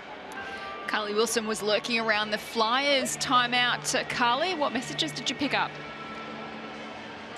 Well, lurking in a positive way, just, you know, wandering out the back and having a little bit of a listen, making sure I wasn't in the way. But Christy Harrower said, guys, we have to dig deep. There's 2 minutes to go. You have to give it your all, and then you can have a halftime break. But do take note that she switched Peters off Zatina. She said, Izzy Bourne's got 2 fouls. We have to protect her for this last minute and a half. And she gave Peters the job of locking down Zatina Kuzo. Carly, we're just noticing a little hold-up here in the match. Can you give us any insight into what's going on? I'm just trying to find that out myself. There's a bit of pointing to the scoreboard going on, but it does seem like they've fixed whatever the issue was, because the referees have come over and called them all in now. I'll do my best to find out what the issue was, and I'll report back. Thanks, Carly. Looks like we're going to get played back underway. Tina only has the 4 shots, Lori, so, Yeah. I mean, she's had some good looks. I just don't think she's had enough looks. 5 seconds on the shot clock for the Caps. They go to Munga, who had the hot hand in the first quarter. Can't pick up where she left off, but Fran Catazano with a rebound. Caps can reset and go again. They go to Akuzo with strength, muscles her way to the rim, picks up contact, she'll head to the line. Haley Peters just reached for that steal, got herself out of position, and then got a soft foul. She was going to the hoop. Little things like that get Zatina's confidence up. She's been quiet, but if you let her get to the free throw line.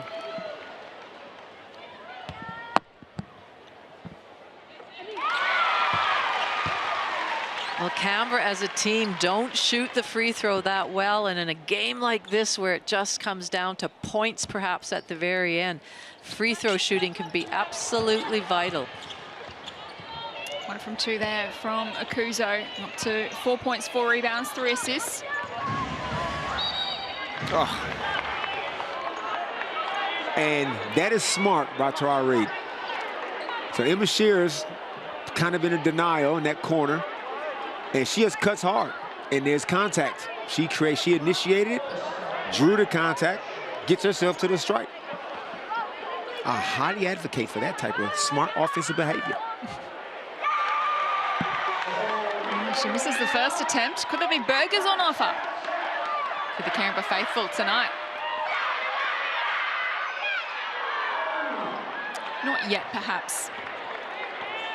Flyers by 1, entering the final minute of the first half here. What a great game of hoops we've been witnessing on Tuesday night to close out round 16. Just one more regular season round to come after this. Good seal. 4th place up for grabs. Akuzo kicks it out to Poch to bring the crowd to its feet.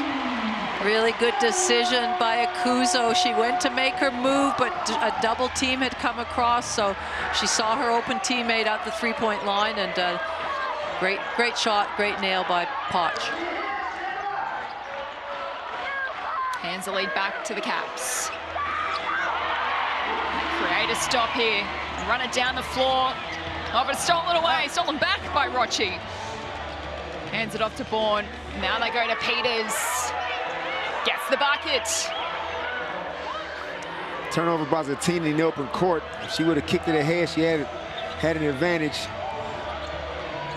If you're Canberra, you're happy to get it as half tied. Scores are level at the moment.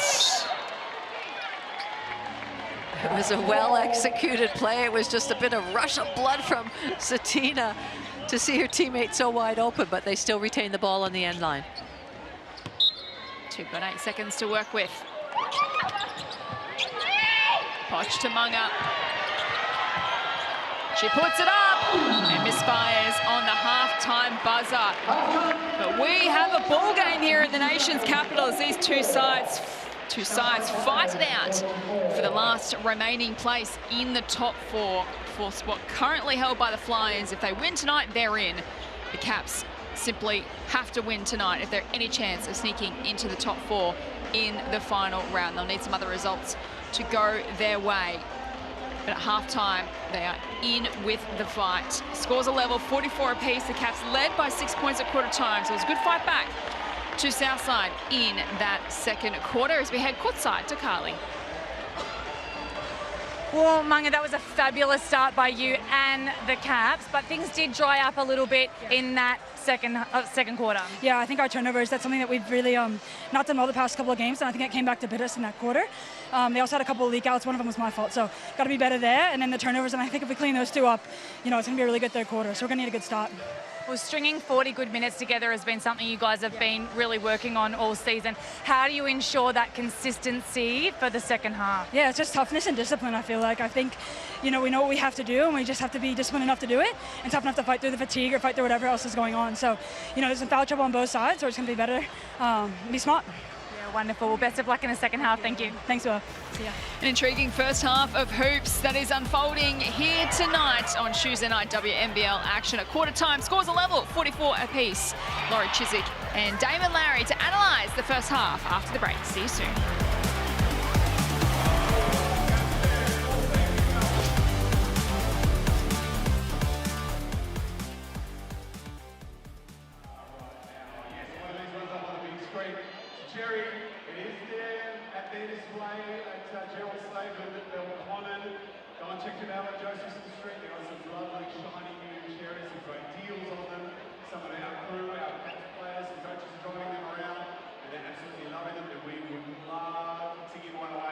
Maddie, would you like to win a brand new carton? Now, you played some basketball before, so this should be a piece of cake. I mean, how easy are half court shots, right? Yeah, it's not like that. Exactly, that's the confidence we need. Maddie, come on over here. So, up on the big screen there, you can see if you hit the layup or right next to the ring, wherever you want to shoot from. We're going to give you a prize. We're going to give you the cat's hat. I'll let you get used to that ball. Don't do it just yet. I'll let you just get used to it. Then we're going to the free throw. Then we're going to the three-point line.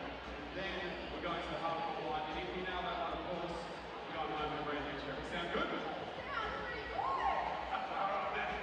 Get yourself set up. Wherever you want to go, I recommend right here at the 45-degree angle, hit off that top corner. Nice and easy. Here we go. Maddie, whenever you're ready, take your time. No one's watching. That's easy.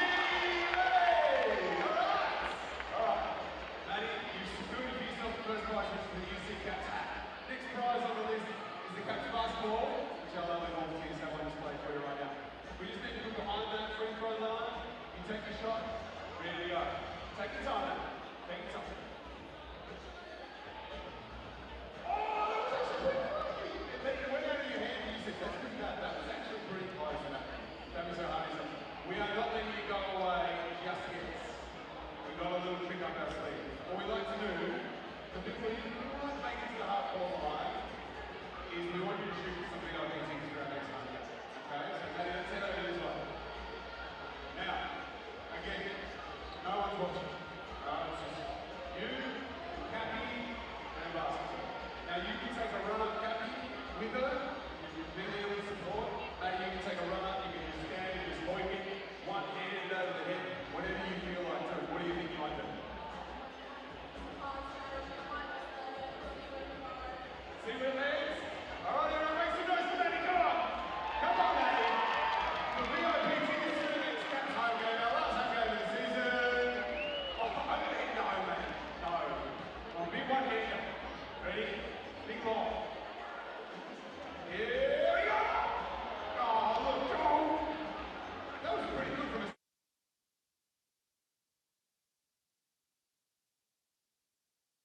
Work hard, play hard, better have the time of your life. It's do or die for the Flyers and the Caps tonight. Finals has come a week early for us here in the WNBL competition. These two sides battling for the last remaining place in the top four. And at half-time, we've got a ball game, 44 apiece. It was the Caps by 6 points at quarter time, but Kayla George helped to lift her side in the second quarter to draw level at the main break. Jess Webster with you alongside former WNBL Coach of the Year Laurie Chiswick and Women's Kangaroos head coach Damon Lowry. Well, scores are level at half-time. Guys, great game of hoops unfolding so far. What have you noticed from the opening half? Well, it's what I expected. I mean, this is a do-or-die game for both of them, really, especially for Canberra. And so you would expect the desperation that we did see. You would expect the closeness. Canberra did look like they got off to a really great start, and it looked like they might have extended their lead. But to Southside's credit, they came back and really got back into this game, and it became just a bit of a grind. Both teams experienced a bit of foul trouble, with Jade Melbourne in foul trouble, Kayla George in foul trouble. So they need that discipline in the next half. Is the turnovers for mine. 8 turnovers in that second quarter by Canberra. That allowed Flyers to get in transition, and just everything kind of went pear-shaped when the ball gets turned over. It's such a high frequency, so they're probably fortunate that the game is tied right now. Foul trouble to Jade Melbourne. That does not help. She's got to play clean basketball for this next 20 minutes, and it could go literally, Laurie, either way. It's a mixed bag, isn't it, in the opening half, because the Caps started so brightly in the first quarter. The Flyers settled in the second, but both teams have plenty to work on at halftime. Well, if you look at the match stats, it reflects the score. They're so even out there, and as you said, Damon, turnovers are an issue probably for both of them. They need to take care of the ball. And I'm happy to invite you onto my fence, because we talked about that fence all year, and right now we are balancing precariously on it. I don't want you to fall off that fence and hurt yourself. Jade Melbourne, as you mentioned, Damon, she's in a bit of foul trouble at the moment, but she is so crucial to this Caps outfit. Into the starting five tonight for the first time since she injured her hand. So spent the last 3 games coming off the bench, immediately made her presence felt, and they just got to keep her out of foul trouble. Well, that's it. Well, Jay's got to keep herself out of foul trouble. So she got off to a good start, made her first 3-pointer, got on the rim, got a couple of, some nice calls, got a couple of nice whistles, got herself to the free throw line, but then the foul trouble completely stymied her impact on the rest of the game in that second quarter. And when she goes off the floor, then that's when the turnover started to happen. Laurie, you really like what you've seen from Maddie Rocci in the first half? Yeah, I really have. I think she's been really controlled the tempo for her team, whether she pushes it, kick ahead. We can see Nia Locke there streaming down the court. Her decision-making has been really good. She's been influential herself. She scored 11 points, but she's just played smart basketball. And I think when she plays like that and she's controlled and she's assertive, it really impacts the team in such a positive way. So Nicole Munga leading the way with 11 points. Melbourne and Rocci, Melbourne on the 10, Rocci also on the 11 points. This is our Blackmores head-to-head. Who has the ability in the second half, Damon, out of these two players to lift it a couple of levels for their side? Both of them. They both have it, Jess. It's just going to come down to who can execute with what their team needs. If Maddie Rocci can still be aggressive, still get on the rim, still find her teammates, obviously she can do that. On the other end, Jade, if she stays out of foul trouble, she gets aggressive on the offensive end, she can do it as well. Nicole Munga, what a great start to her night tonight. Had 11 points in the first quarter, including 3 from three-point range. Couldn't quite pick up where she left off in that second quarter, but goodness, isn't she such a fire starter for her side, Laurie? Well, and she needs to be. We know that Sissoko's out, so she's going to be playing extra minutes, and just the confidence she has when she comes off of a screen, feet set, ready to shoot it. You can just see her there re-screening, and they need her doing that. Right now, she is one of the few players that is getting some shots up comfortably. If you look at the Ford shot clock, you can see from her perimeter 3 from 6 from beyond the range, and she'll want to continue that. Absolutely. So we have a level ball game at halftime, 44 apiece. Quick word from the two of you. Who wins it from here? Well, one of my concerns is Akuzo. She needs to have the ball in her hand a little bit more. I think you mentioned that, Damien. She's only taken 4 shots. She can get it into her. She can distribute it if she's not there. But I think having Jade Melbourne back on the court will be a real positive for Canberra. But both teams have to continue with the desperation that we saw in the first half. I want to go with the Flyers. Okay.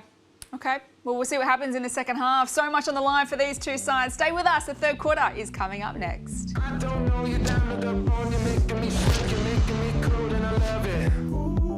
And I love it. Want some more? I'm up in my zone, touching the sky. Three left. Oh. Okay.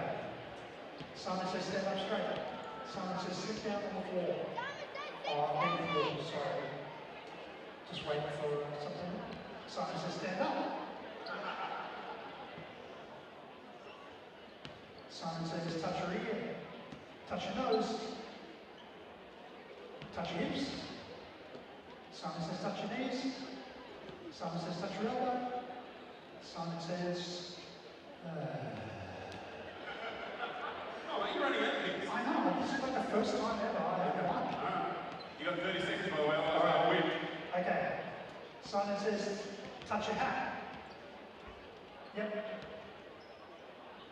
Very good, that was a trick one. Damn it. Okay, hands on knees. Simon says hands on knees. Simon says hands on hips. Simon says hands on ears. Simon says hands on toes. Hands on ears. I think they're too good. Simon, should we make them shoot the free throw? No, I'm just going to give more props. All right. Yep. Ladies and gentlemen, we can't get rid of it.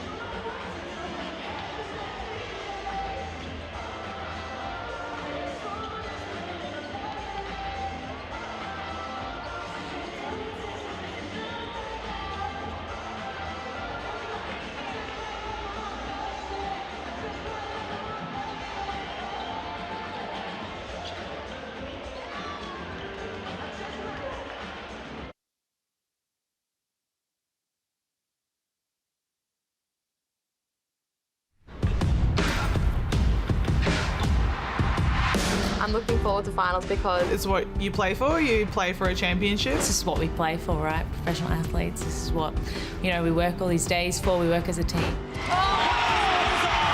There's more nerves, there's more desire to win. Finals are what we play for, and it's the most fun. Finals are never guaranteed, and I don't know how many finals left I'll get to play. It's why we all play basketball. It's high pressure environment. It's kind of what we're waiting on. It's something we talk about nearly every training, is just preparing for finals. So I feel like when you're able to put yourself in that position, it's really exciting to then hopefully be able to perform when that time comes. you set a standard, and I think it's to make finals and obviously win a WNBL championship, but the first box that you probably do tick is to play in a finals series. It's where the best players play, and I'm looking forward to competing against them. We absolutely cannot wait for a much anticipated WNBL finals series, which is on our doorstep. But we are getting a taste of it here tonight at halftime at the AIS Arena. These two sides locked in a battle for fourth spot, and scores are level at halftime, 44 apiece. Jess Webster with you alongside Laurie Chiswick and Damon Larry. And courtside for us tonight, I caught out of the corner of my eye some more dancing from you, Carly Wilson. You must be enjoying the atmosphere down there tonight. I certainly am. I mean, the atmosphere is always awesome here at the AIS Arena, but we were doing a bit of YMCA, and I mean, just try to not do the YMCA when that song comes on. I guarantee you it is impossible. But it has been a great game so far, you know, at a high quality, high scoring game. And we know the scoring can be difficult for the Caps at times. They have got to keep going to this good execution in the second half and taking great shots, not good shots. They've got to take great shots, and they have to look after the ball. Now, the Southside Flyers, they've got 30 points in the paint already. 30 points. They have to keep going to the well until the well runs dry, and the best way to do that, which they've shown so far, is really attacking those on-ball screens. When they're running two actions, and the second action is the on-ball screen, it's forcing the Caps into a switch, and it means they can then really attack the smaller defender inside the key. We're in for a treat of a second half, guys. I think both teams would have been happy if we said 44 all at halftime. The scores are now 0-0. Let's see who can get it done. Absolutely cannot wait, Carly. Now, I asked Laurie and Damon who might win it at halftime. Carly, you're going to give us a tip? I think you might be going for the Caps. You're welcome. So as we get the third quarter underway, Jade Melbourne back onto the floor. Turnover, first possession to start the third quarter. That is not what anybody wants in the Flyers camp.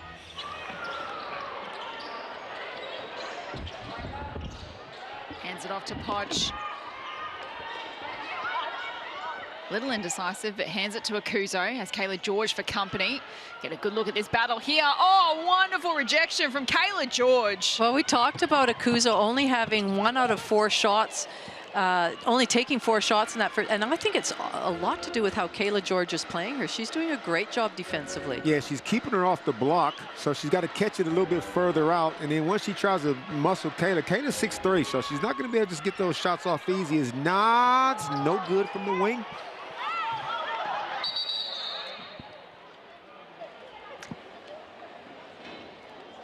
Looks like Nia Locke is in a bit of pain here for the Flyers at the moment.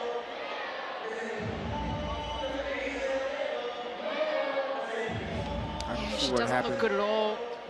We didn't quite pick it up. We might get a look at it shortly, but this doesn't look good for Nia Locke or the Southside Melbourne Flyers. So this is it here.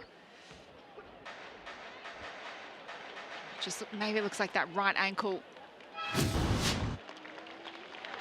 She's going to be helped to the bench. I don't watch injuries in slow motion. What happened, Laura? No, I'm the same. I just closed my eyes. Not my thing. So we're not sure if it's potentially an ankle or a knee, but we'll get Carly Wilson to be across all of that for us. Hopefully, nothing too serious here for Nia Locke. Well, the fact that she can't weight bear at all is not necessarily a good sign. Let's hope it's minor and she can return. Not to this game, perhaps maybe next week. That means Haley Andrews, Tara Reid comes back into her, who started most of the season. The rotations have just gotten extremely short for the Flyers. So does that change things for you, Damon? You think the Caps maybe have something over them now? No, I mean, they still got enough. Both Flyers got enough to win. Rd Reed is a scorer off the bench. Just missed that layup, but offensive rebound, put back. Well, smart by Rd Reed to attack Jade Melbourne. Put her under great defensive pressure. She's got 3 fouls already. She doesn't want to pick up that 4th one. All she could do was really stand with her arms straight up. Flyers by 2. Akuzo hands it off to Poch. Now they go to Melbourne. And Rochi applying the pressure. They go back to Akuzo. This time drives away to the rack. Nicely done from Zatina Akuzo. And that's a better matchup, Lori, for instead of trying to post up Kayla, use your athleticism, your quicks on the perimeter, and try to beat her off the dribble. Here's to Rd Reed from the wing, and it rattles in.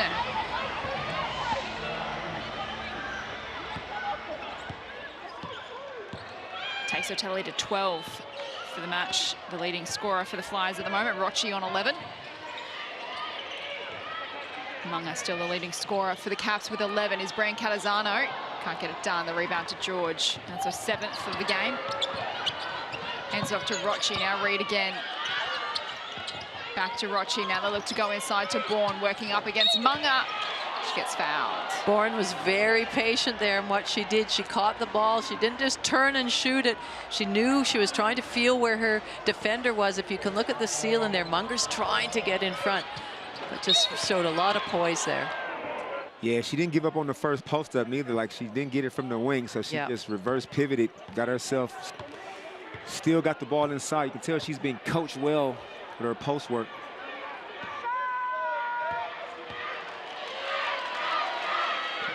You know, Laura, let's talk trust.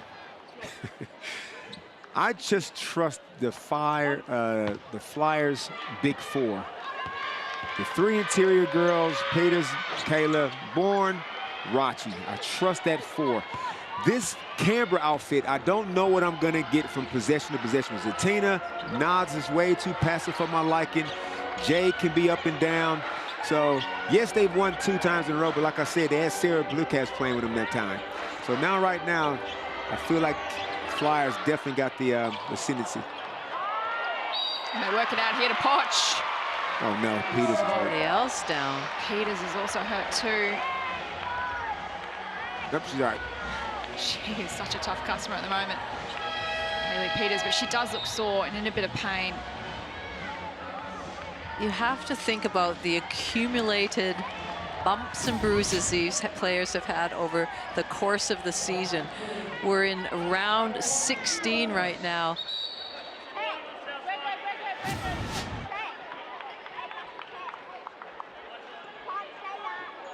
In a bit of carnage here in the 3rd quarter. Nia Locke off the court at the moment with a suspected leg injury.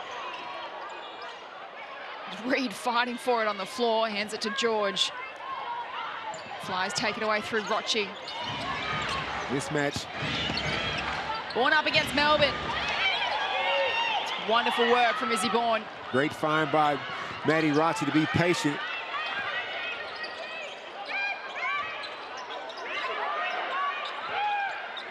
It's Jade Melbourne. Side trails by 5, kicks it out to Munga. There it is. Really good job by Jade Melbourne to dribble it hard, dribble penetration, get her feet in the paint, make the defense collapse a little bit.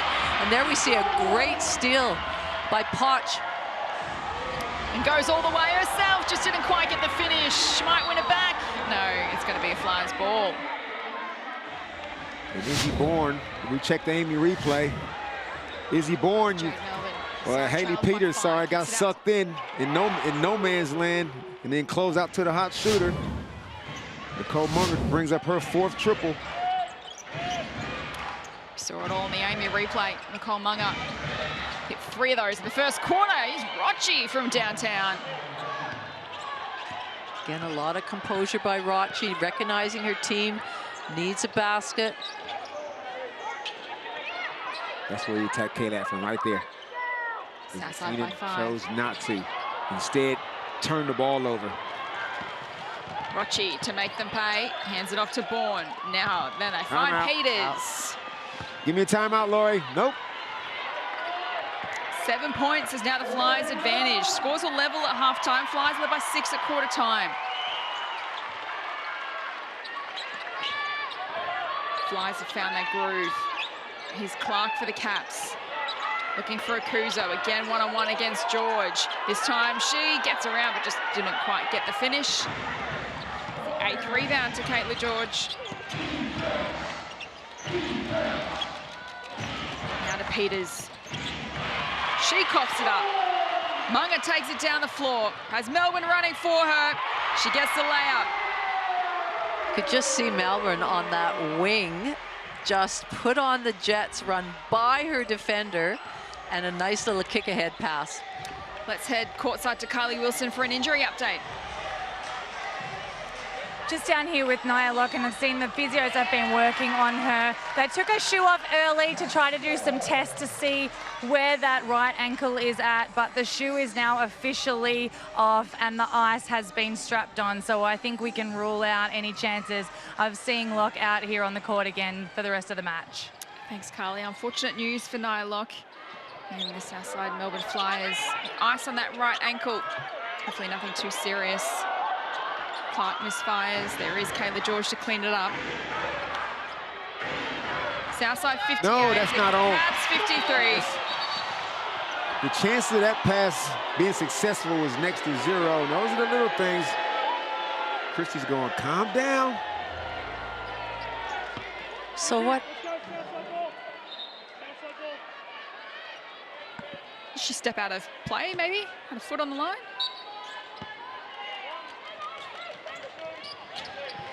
Maddie Rossi to inbound. They go to Bourne.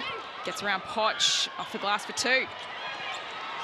Well, I talked about Izzy Bourne at the start of the game, the importance that she would have on this game. And right now she is up to... Nicole Munga! Well, she's back in this third quarter. Talk about her defense, though, Laurie. Yeah. That's the second time Munger. Izzy Bourne is... She scores up one end. She's giving up 3 up the other end.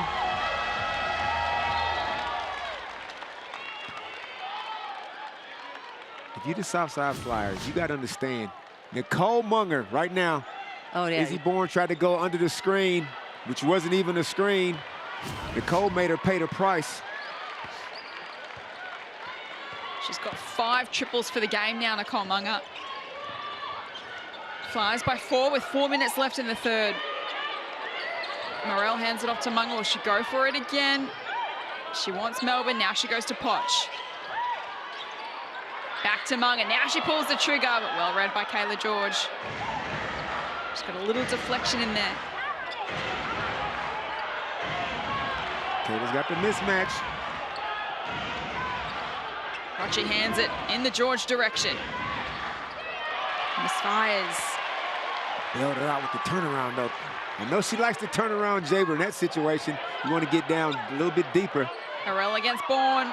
She can't get it done.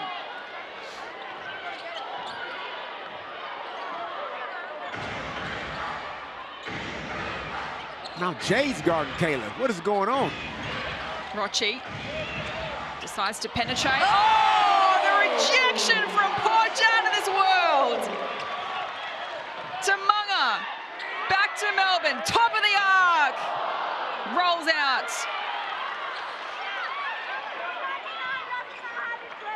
Got some serious airtime, did Naz Potch. Still the Flyers by 4. 2.5 to play in the third.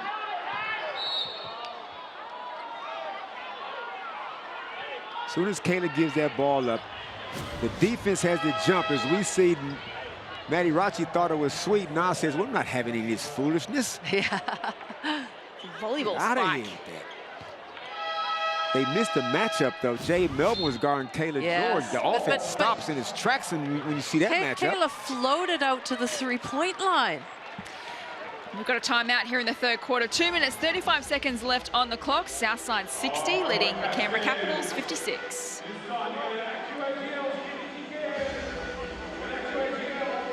So an interesting stage of this third quarter. Scores will level at half-time. Flyers got out to a handy lead. The Caps just keeping in touch. Thanks to Nicole Munger, has found her range again in this third quarter, Laurie.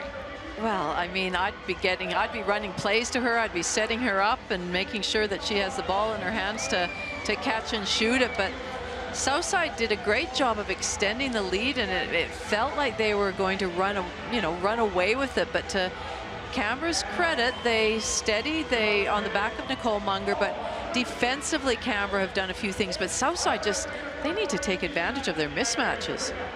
Up to 12 turnovers now to Flyers. Maddie Rocci has 5 of them, and it's at the wrong time. Never a good time for a turnover, but it seems to be those turnovers that you could have had a bucket or you could have had a good shot attempt, and all of a sudden you kind of kill your own momentum.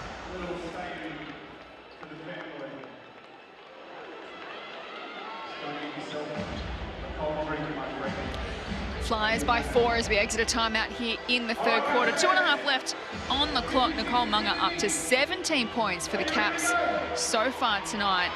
It is already her season high. Rocci hands it off to Peters.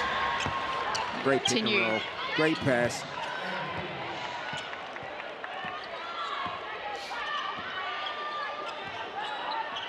Jada Clark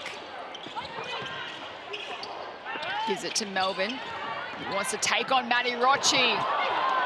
Just didn't quite get the finish. As we head courtside to Carly. Guys, I went to the Flyers timeout and Christy Harrower said to her team, we are playing into their hands right now. Too many turnovers, too many quick shots. We have to be smart here. Do not get drawn into this fast up and down style that the Caps play. We have to play at our tempo if we want to control this game. Thanks, Carly. Flyers 62, Caps 56. Jade Melbourne calling the shots. Potch over the top to Morrell. Peters fighting for it hard. And the Flyers went out. Lord, the Flyers have a oh my goodness, okay. Timeout. Maddie Rocci just how does that nonchalantly making that pass to Peters, who just waltzes in. Complete defensive breakdown from Canberra. Southside lead is now 8. New game high lead for them. Munger to Clark. 4 on the clock. What's Jade Melbourne going to do? She pulls the trigger on the shot clock buzzer. Never, ever go under the screen with 2 seconds to go on the shot clock. Jade was always going to shoot that. It's little breakdowns like that, Lord, is just keeping Canberra in this game. George to Rocci to return serve. It's no good. And Melbourne takes it away. Gives it to Munger. 30 seconds left.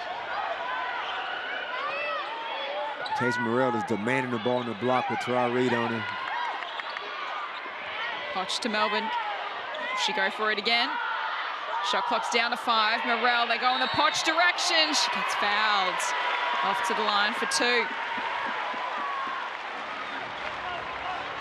God help the league, Laurie, when Nia Potch decides, when she realizes how good she actually is, and just grabs his league by the scruff.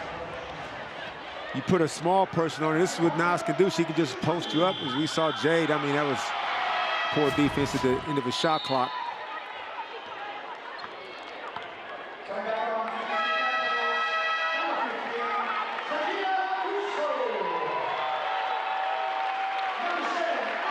And Laura, I just feel like the Flyers got the mismatches inside. When they got their 3 bigs on the floor, Canberra only has the Tina out there. Well, sorry, Damon, they've got the mismatches, but they've got to make the passes to them. A good angled pass, a sharp, crisp pass, even pass fake collapse the defenses. But they're right, they have mismatches all over the place. Potch brings the Caps to within 4. Final seconds of the third quarter. Maddie Rocci can't get it done.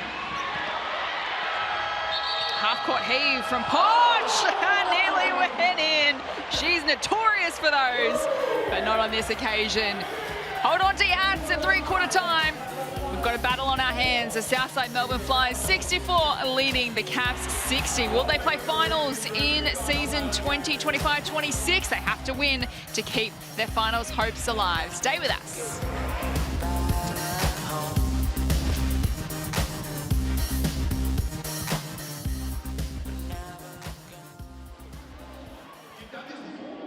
No, you've never done it before. Okay, all right. So that's good. So, Jaden, you know how it works? Jesse's going to put a little blindfold on you now, so you can't see anything. Jaden's going to hold it. Well done, Jaden. You are a pro, my little friend. All right, Cappy is going to go hide somewhere, Jaden. Oh, Cappy. Cappy just headbutted you, Jaden. All right. Now, very soon, you're going to have to go and find Cappy. And when the crowd cheers for you, you know you're heading in the right direction. Jaden, whenever you're ready, you go and find Cappy and see if you can give Cappy a cuddle. Go for it, Jaden. Go for a walk.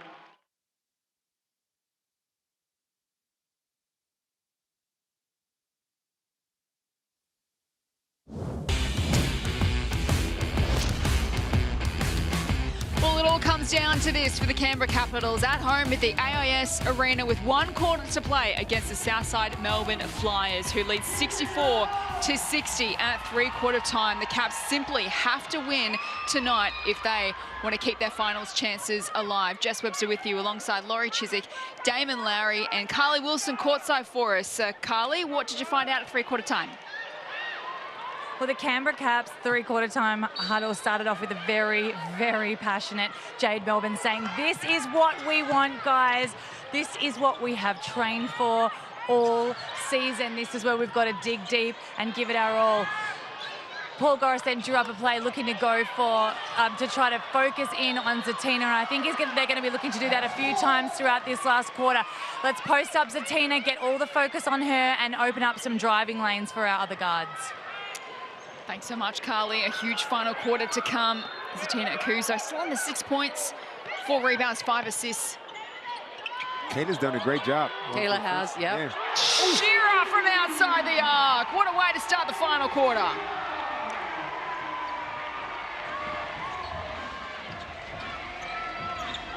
If the Flyers win, they are in the top 4. Potch. Great defensive work. Hands it off to Clark.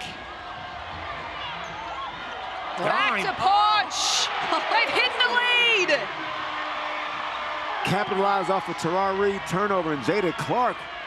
Great vision, great pass. On the start to the final quarter. What have the Flyers got in response? Peters from the corner, no good. Reid with the rebound. Now Potch lets it fly. Can't get it done. So Pochakuzo, Clark, Brancazzano, Shearer to start the final quarter for the Caps. George, Rochi, Andrews, Reid and Peters for the Flyers. Potch off to Clark.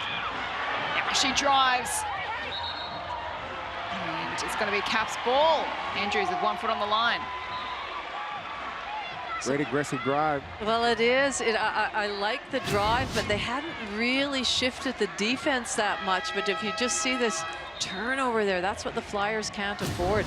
Caps just need to make sure that nobody just stands and spectates. They keep moving, keep their defense engaged so that driving lanes do open up for them. Clark hands it off to Brancatisano. Now to Shearer. Akuzo up against George with strength. Can't get the roll. The rebound to Reed. Off to Andrews. Takes it down the floor. Oh. That's a turnover. That was a 5-on-3. 5-on-3, just a careless turnover. Haley Peters just fumbled the ball, and Zatina's, she's driving. She's doing a lot of missing. She's had some shots that she could have made. They're not going down for today. Kayla's defended some of those post-ups kind of well.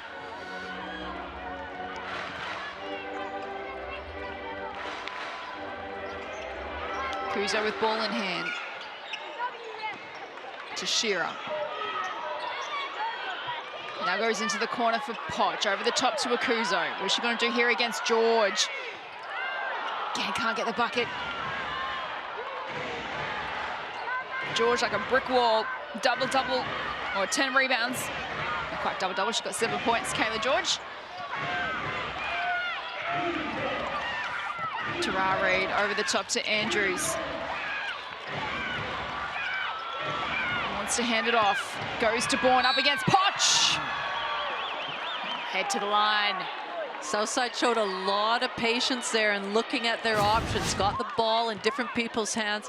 Just a good angled pass to pass into Bourne, who just had her defender on her shoulder and was able to finish and get to the line and won. Good game from Izzy Bourne so far tonight. 16 points, 2 rebounds, 3 assists. Can't complete the 3-point play, but the rebound of George keeps it alive. Hands it off to Andrews. Now they go via Rocci. Brancatisano loses her feet, and Rocci makes him pay. Ouch. Maddie Rocci took advantage. 3-ball brings her tied up with 17 points. She's got the 8 dimes. Southside by 4. Caps at the lead momentarily to start the final quarter. Shearer misfires. Why isn't Jade Melbourne on the court? That is a good question.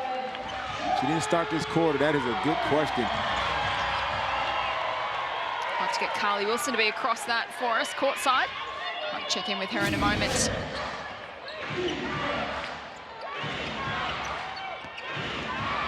Izzy Bourne. Oh, there she is. To Andrews. Jade Melbourne is now on to the floor. Poch. Those are passes you're talking about, Lori. Bad passes, empty passes. TO. The fumble opens the door for Southside. Intensity rising here at the AIS Arena. Bourne against Poch. Poch with a foul. Bourne off to the charity stripe. So Southside have run that play all game, all season, where they get a post entry and then Rocci comes back for that back screen. Because they've been successful off of that, that's where the defense was focused. Therefore, opened that wide open driving lane for Izzy Bourne to take it to the basket.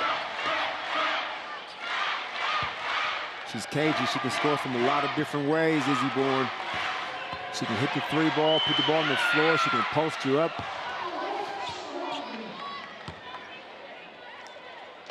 Where is the offense going to come from Canberra?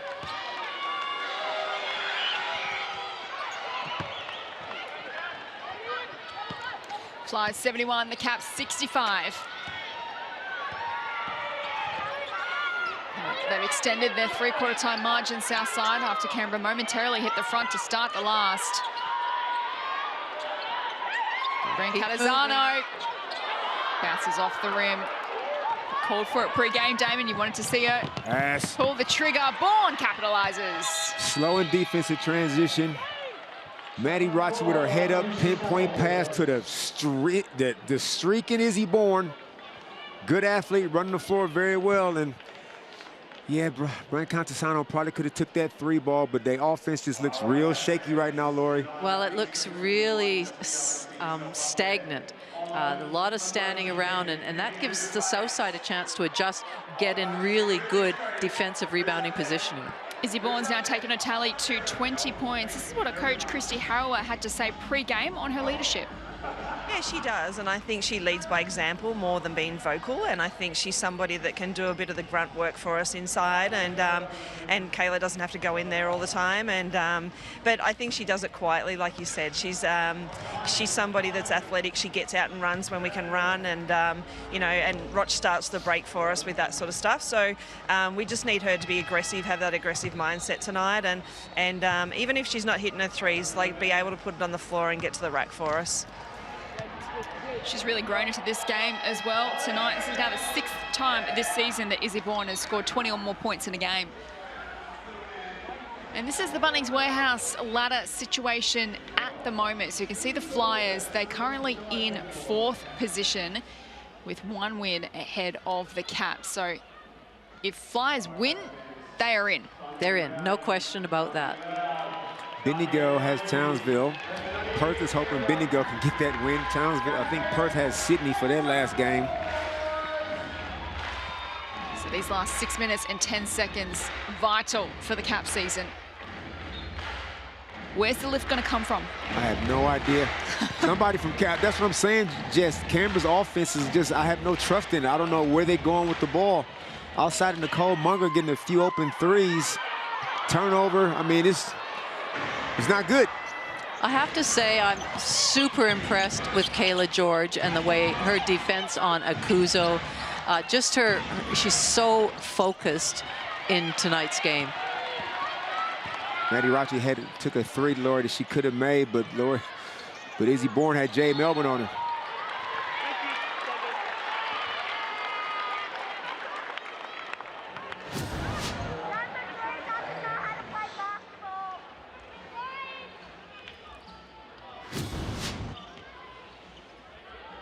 Nicole Munger with the 17 points, leading scorer for the Caps so far tonight. Brent Catazano off to Melbourne. Flies by 8. The Caps have to lift. Poch goes to Akuzo, now up against Bourne, doesn't get the roll.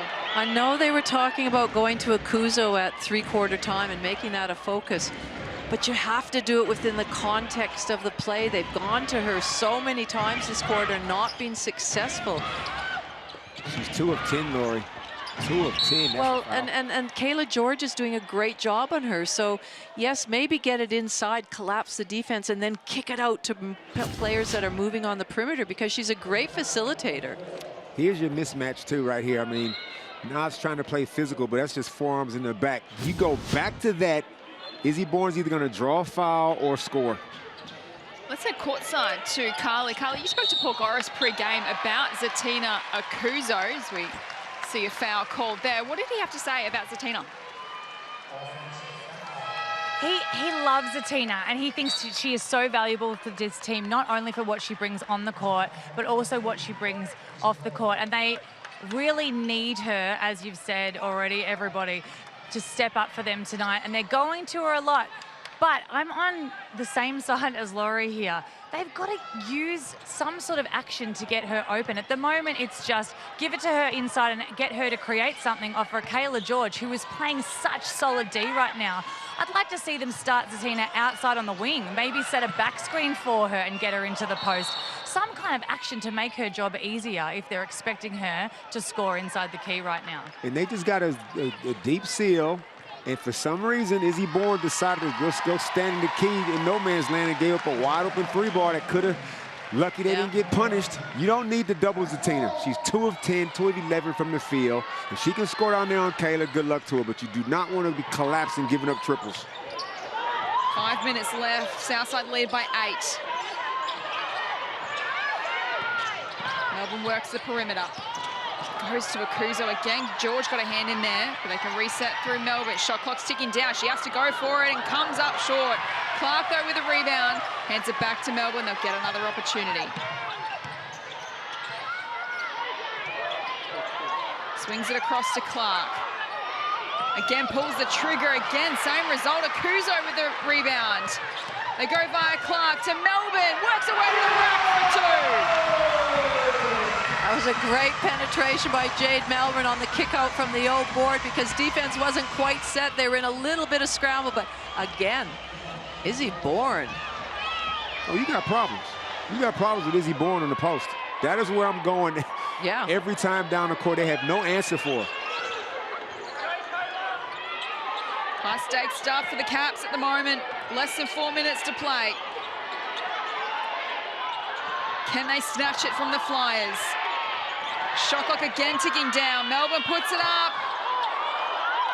The rebound falls to Kayla George, who turns it over immediately to Brand Catazano. As if they were teammates. Threw it directly to her. Flyers are making it a little bit harder for themselves than it needs to be. Is there one more twist in the tail? Munga. Akuzo back to Munga. Shot clock again ticking down. She's going to have to pull the trigger here, Munga. Great defense from the Flyers.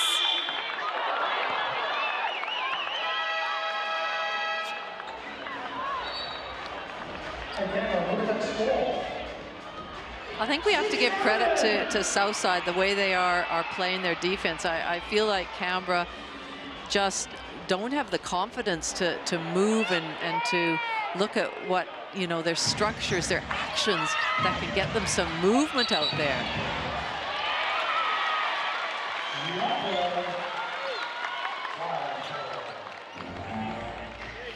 What are you thinking, Damon? I'm thinking about the playoffs about to start. Good job by Jade Melbourne, just snuck up behind Izzy Bourne and caused a jump ball. But the possession arrow stays with the Flyers. Like I said earlier, I don't trust Canberra's offense. And I'm with you, Laura. I do give credit to some of the credit to Flyers defense, but Canberra's offense just seems like I don't know what the purpose is. I don't know what are they trying to achieve. And Maddie Rossi tees up a 3-ball, no good.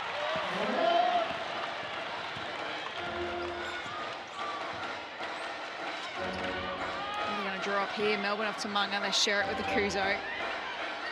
Brand Catazano, there's Rochi for company. Now they go back to Akuzo. The defense from Peters. She draws the contact, does Akuzo.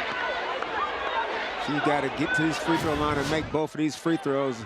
Izzy rescreened, good bounce pass. Haley Peters got there too late.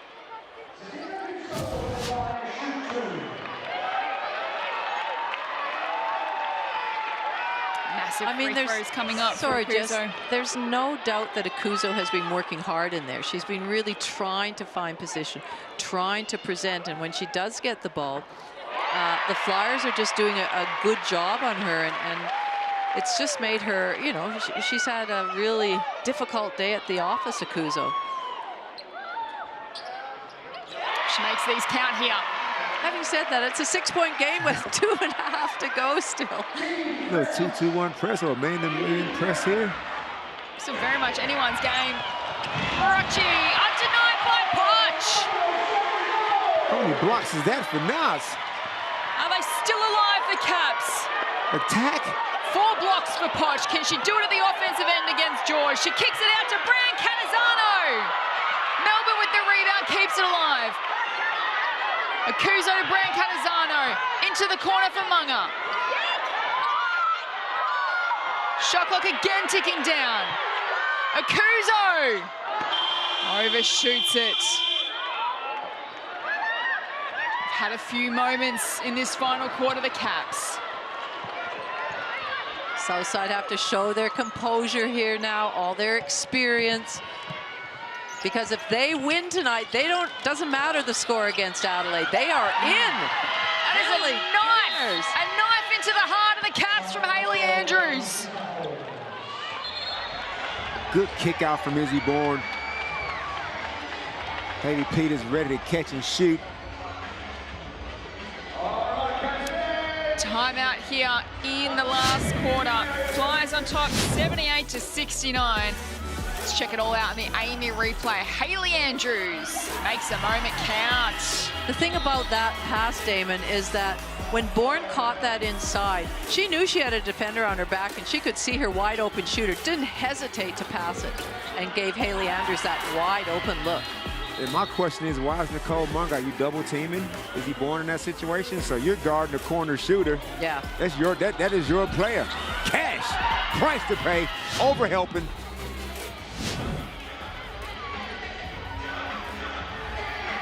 Caps by 6. 6 at quarter time. Scores all level at half time. Flyers made their move in the third to lead by 4. Finals is within their grasp at the moment. It is 1 minute and 42 seconds away, Jess Webster, for Southside. We've talked about it all year, the second half of the year. Who is going to climb, crawl, whatever, into that 4th position on the ladder? And you either got a date with the Townsville Fire or the Perth Lynx. There's really no one in the top 3 that you'd want to play in finals just quietly if you sneak in 4th. Being called the big 3 for a reason. All the Flyers got to do is not turn the ball over. Now, if you're Canberra, you're pressing up.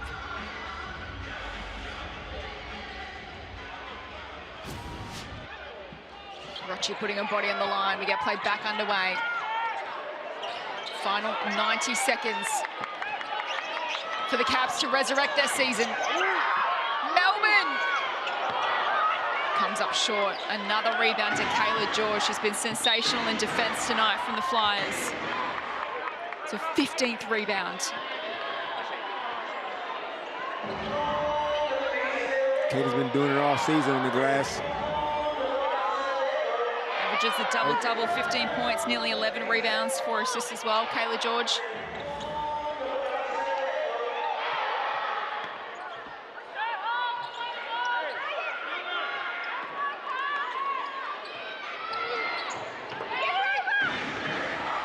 Points the difference. Flyers want to add to that. I need a quick shot. Rocci out to George. Captain Kayla delivers a bomb. This is the dagger. She may have just sent her team into the playoffs.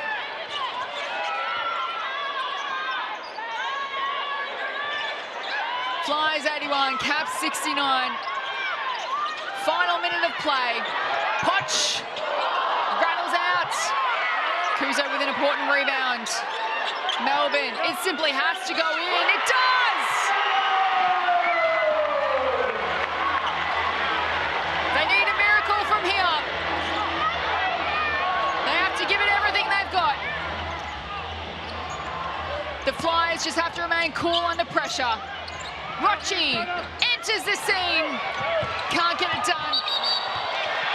Oh. And that's a big call going Southside's way. Good job, Haley Peters, anticipating that. 9-point lead with 29 seconds to go is just about impossible to lose from here. It takes something extremely fortunate for the Canberra to go their way, but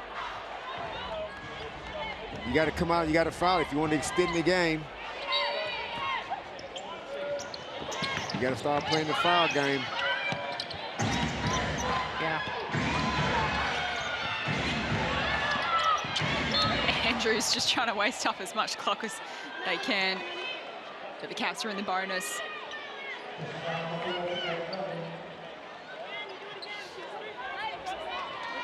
And Haley Andrews is one of the players, one of the best free throw shooting players on Southside, shooting it at 82%.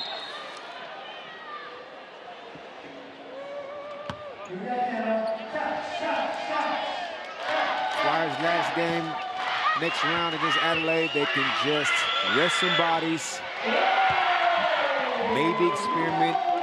Still a chance for late burgers here. So we've seen Maddie Rocci sticking in the big ones.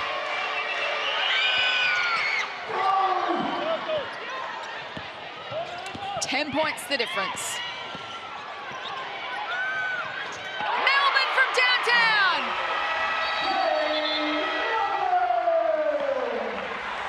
Timeout on the floor. 13.5 seconds. 7 points the difference.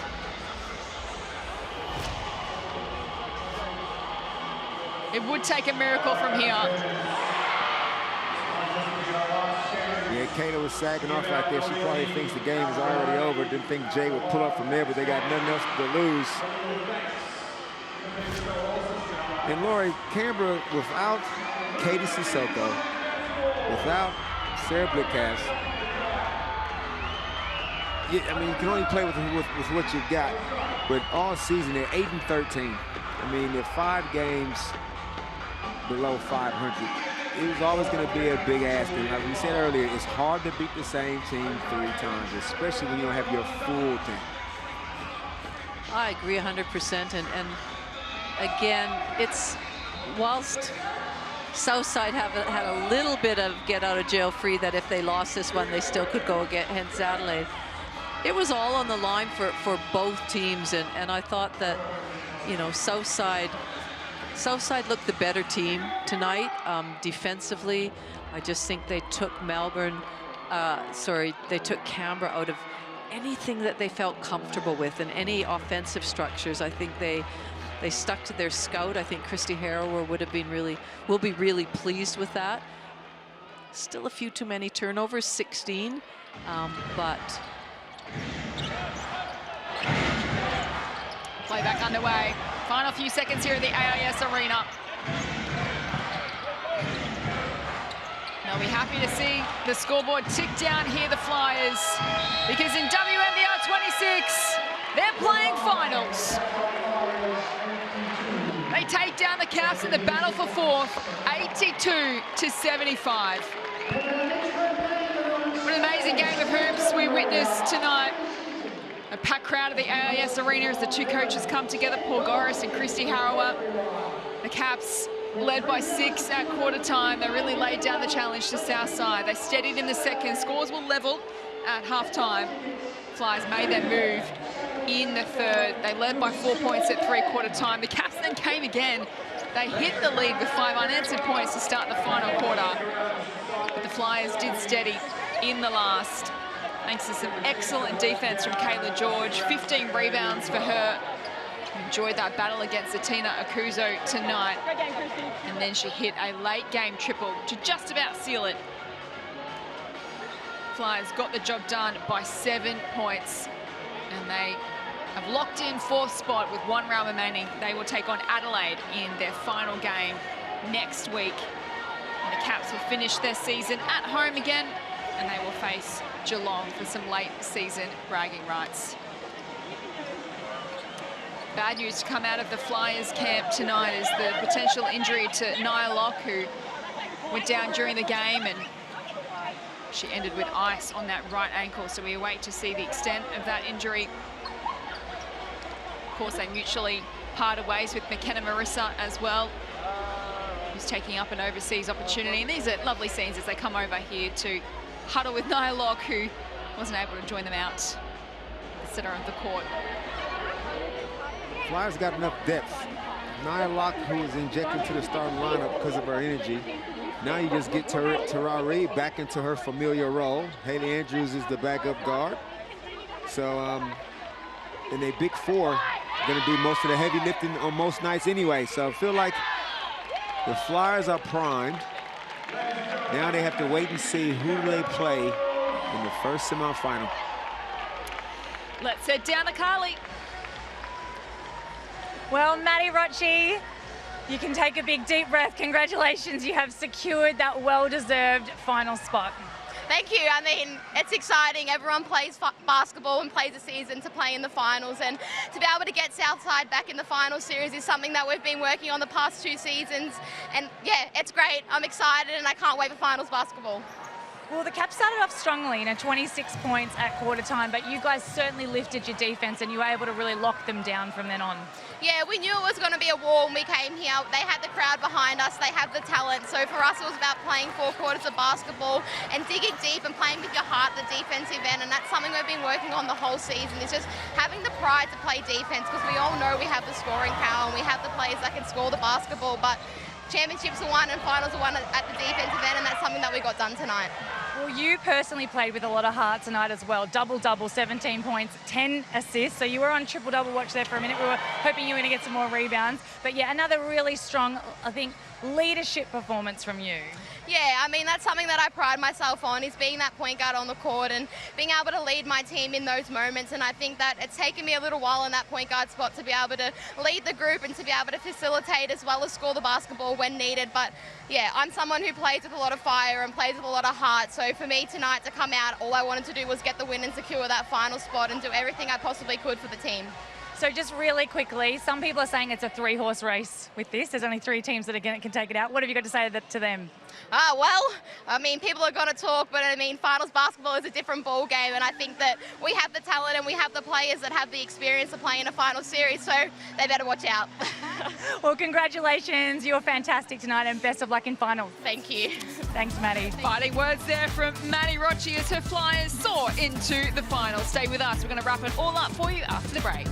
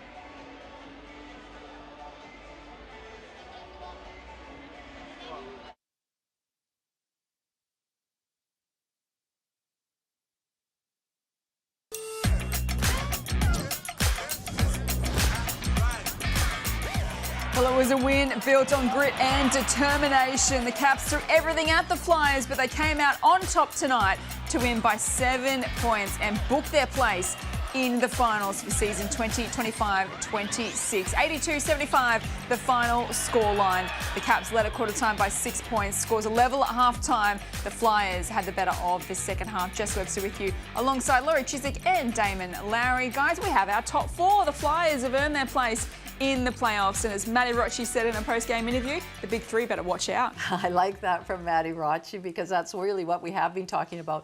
But I thought that was a great overall performance by Southside. I thought their leadership by Kayla George, her defense, overall the team defense was really good, their decision-making. Izzy Bourne stepped up big time like we knew that she had to, and Maddie Rocci, of course, led by example. So this is the ladder with one round remaining. Townsville, Perth, Bendigo, the top three. Flyers have qualified. They'll finish off their season against Adelaide next week. The Capitals take on Geelong, and something you pointed out to me off air, Laurie, was that if Geelong beat the Caps next week, they might finish a fifth. Could you imagine that? They've gone from bottom of the ladder to fifth in a matter of weeks, so that'll be an interesting, fun game to watch. This is the fixture for round 17. Damon, can't wait. Let's bring it home. Yeah, let's get to the real basketball. Hopefully nobody gets hurt in this last round. Perth and Bendigo will be interesting. Sorry, Bendigo and Townsville will be an interesting game, but it's time to get it on. Flyers by 7 points. They punched their ticket into the playoffs. Thanks for your company. We'll see you again soon.